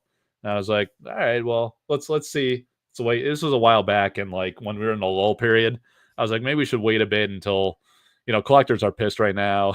Let's wait for the market to rebound, and maybe you'll do better. So yeah, Observatory is one of my favorites. Yeah, it's got a cool throwback look to it. Yeah, I like all the moons and suns, and it's going on easy. Oh, yeah. Easy. What's up, dude? Yeah. Do you work early? Do you got to wrap up soon? Me? Yeah. Yeah, I probably should. That's a good point. It is getting past my it's like past my normal. It's like the longest stream you've ever done. It really is. It really is. Make sure you guys like and subscribe to the video. Yeah, don't forget like and subscribe. That's right. That's right. I always forget to ask that too. I'm the worst with that. I mean, it's been an exciting night though. I mean, we got some Brahm deets and some secrets from Eric. Yeah, dude. We had some good chats about Dragon Lord. I mean, I can't wait to open it. I mean, it's just like you can't even do pack breaks with it. Like there's no way, because how do you shuffle the cards? Like kind of like what you do for the sample pack breaks. Like who gets the foil? How does that work? Like it would just have to be pure wheel of names, and it's like it's like one of those all or nothing like battle breaks where it's like winner take all. Yeah, because like you get the foil or you don't. Yeah, and like what would you put the buy-in? I guess I mean, then again, like you could have like I don't know, it could actually work if there were quantity available, because you could charge like something very modest. Like anyone can pay like $100 to buy into a break, right? Or 50 or 25. Yeah. So over 13 cards, you could sell the box for a few $100, which could be market value. Who knows? And if you lose, you're out $100. Like it's a bad feel, but it's not like gonna completely crush you. And if you win, you probably got, I don't know what do you think these foils are going to be worth? Like $1,000 each? Yeah, I think in the short term, yeah. I don't know that like every single one could be, because there's a foil in every box. But like, do you think when I did that video, I was thinking to myself, like, will it even become quickly self-evident which ones are more rare than others? Or will it be kind of I don't know. I'm gonna be glued to the community group. I tried to prompt everyone to like post there, and I'm gonna be just like tracking the numbers on it. Like how many times have I seen this dragon or that dragon, and try to infer which ones are most rare. Yeah, I tend to agree with you. I mean, I think it's safe to say that they won't be all the same pull rate. So if that's said, we can assume that everyone's gonna want a Dragon Lord foil. And with that being said, I could see if the Dragon Lord foil is very difficult to pull, I think it could go for over $1,000 in the short term. In the long term, I think we move into Gothic. This always happens too in the market. One thing you'll notice is when you get to the new set, it's really weird. When you get to a new set, everybody unloads their previous sets to try to buy the new set. So you'll always see a dip in old sets when a new set comes out, because people are liquidating and they're trying to, trade for new stuff. Which is kind of ironic, because the older things get, the more rare. It's the whole thing's just weird. But I think what you'll see is when Gothic comes out, you may see folks that aren't interested in collecting the foils. That'll probably be a time when a lot come to market. The foils for Dragon Lord? Yeah. So you think they'll be hot out of the gate, but then kind of cool off? Yeah. Around Gothic. Yeah. Yeah, it'd be interesting. But like the thing in Sorcery, I think like price memory is kind of like a big deal for like very rare items, because like it's gonna, if they're super rare, I think it'll be kind of like the Alpha Curios, which maybe came down in price a bit, but like there's just not enough sales. So someone, like, people are like, well, I saw this one sell on eBay for 2,500 2 years ago. Yeah. So it's 2,500. Take it or leave it. Yeah. You know, I mean, like, who's to say otherwise? You could be right. If they're that rare, and there's just not a lot of volume of the, I mean, technically though, I mean, Ring of Morrigan foil is so rare. Because if you think about it, there's just so few even on the marketplace of Ring of Morrigan, and it's a really high playable card, and it's sitting at like 400. But the Dragon Lord Avatar, it's going to be like, I mean, that's an Ed Beard card. It's like, you know what I mean? There's a lot of weight behind it. So you're right. I mean, the main, whatever comes out to be the main pull could maintain its value. And I think with the ring, like, it's Sorcery's got such like interesting like market dynamics, because stuff is so rare, the set cadence is so far and few between. So like with the ring, I think that's one where the set release cadence is biasing that card, because it's been like the mega power card. Yeah. And there hasn't been new sets to introduce answers to it. Yeah. But with Gothic, you're going to have over 400 cards. It could like really diminish its power level potentially if there's like universal counters to it, or just kind of like the game direction evolves or something away from it somehow. But it took like a year until nothing happened, where it's just like the most powerful card in the game. Yeah. So I think like people that own it now, they're either like rolling the dice, like, I don't know, either now is the best time to sell when it's like the most powerful card and it's at its peak and everyone's playing with it, or people are speculating that it'll persevere in the long run. It'll be like kind of like the mega Black Lotus like style, like big time card that goes the distance, or it goes the opposite direction and there's answers to it in Gothic and you kind of rolled the dice and lost. Because like it becomes less relevant, and then if it becomes less relevant, it could really hurt the value of it. It's kind of like it's a shot in the dark, in my opinion. I don't know. That's a good point. I mean, depending on what Gothic does, you know, it might not be as overpowered as it is currently. I mean, it's a great point. Yep. But I mean, there is something to be said too, selling into the hype, selling into strength. And, you know, if somebody's out there and, you know, someone not collecting the foil and could be, you know, interested in picking up more cards for their deck or something like that, you might get a lot of money out of the gate for some of these foils. So it's hard to say, like, should you sell into the hype and sell into the strength if you're that person, or do you kind of hold and see what happens? You know, I don't think people should unload their foils cheap out of the gate by any means. You know, if you're going to sell, you know, make sure you get a premium out of the gate. And you know, I always don't follow my own advice, so the smart thing is to sell the foils out of the gate and then rebuy them later. But the collector in me is always like, no, hoard all the foils, you want another foil set.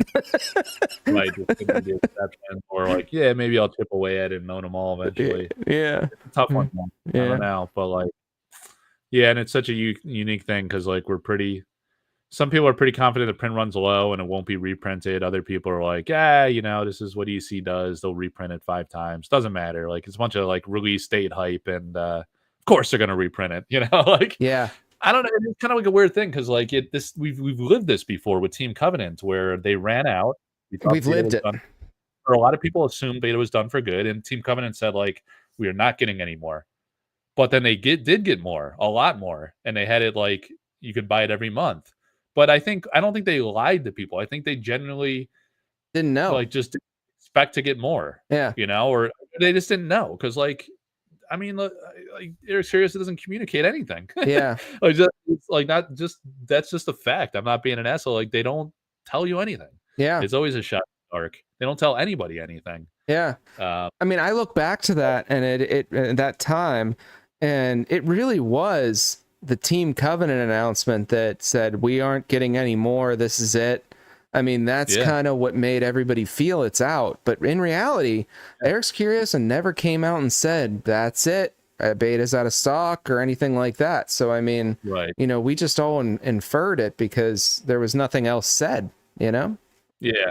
Yeah. And some people would be like, "Oh, well, that was reckless of Team Covenant. They should have been more careful with their words." But I think they're also learning. I mean, no one does any of us really know Eric or Simon or Chase or anybody at that freaking company? Does anyone know anybody? Period. Yeah. People surprise True. you, you know, like Yeah. we don't know these guys. Like we've been around the game obsessively for the past 3 years, but we don't know them, like who they are at their heart, or like and we don't know shit about the strategic direction of the game or even like where he wants to go with it. It's like Yeah. a profound art project and a great gameplay. Everything else is like wild card, man. Who the hell knows? It is. I mean, could it be reprinted too? I mean, everybody has to kind of weigh that. Sure. You know, that there's a risk of reprint. Obviously, foil Yeah. prices are going to collapse if it doesn't get reprinted. I mean, it, you know, could be the moon. Hey, Too Fluent, what's going on? Good to see you. Yeah. Yeah. What's up, man? Yeah. And if you're like a classical investor, Yeah. if you in the absence of information, it is prudent to assume the worst case scenario. You Yes. got to factor in the worst case scenario. So you have to go into Dragon Lord assuming it will be reprinted. Yeah. Absolutely. Even if like you believe strongly that it's not the smart play or it wouldn't make sense, you got to like put your money on it will be reprinted. And Yeah. then like you got to go into Gothic assuming Gothic will be just like Arthurian Legends until proven otherwise. They're going to print it for a full year. And Exactly. it's going to be at MSRP for who knows how long. Exactly. And I don't know. A lot of people are saying like Arthurian Legends, they could have printed like 500,000, and as long as the game like grows to millions of players, that'll feel like nothing someday. Like, well, there's a lot of assumptions like baked into that statement, man. Yeah. Like, Yeah. you got to assume that it's more prudent to assume it's a dead product and just enjoy it to play with or enjoy it to collect your set because you love the artwork or you like to collect, but don't have expectations that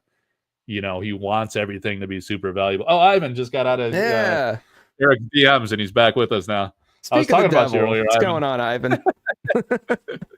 You got that maiden name. It's funny. Oh, Big Willie Risley's up in here.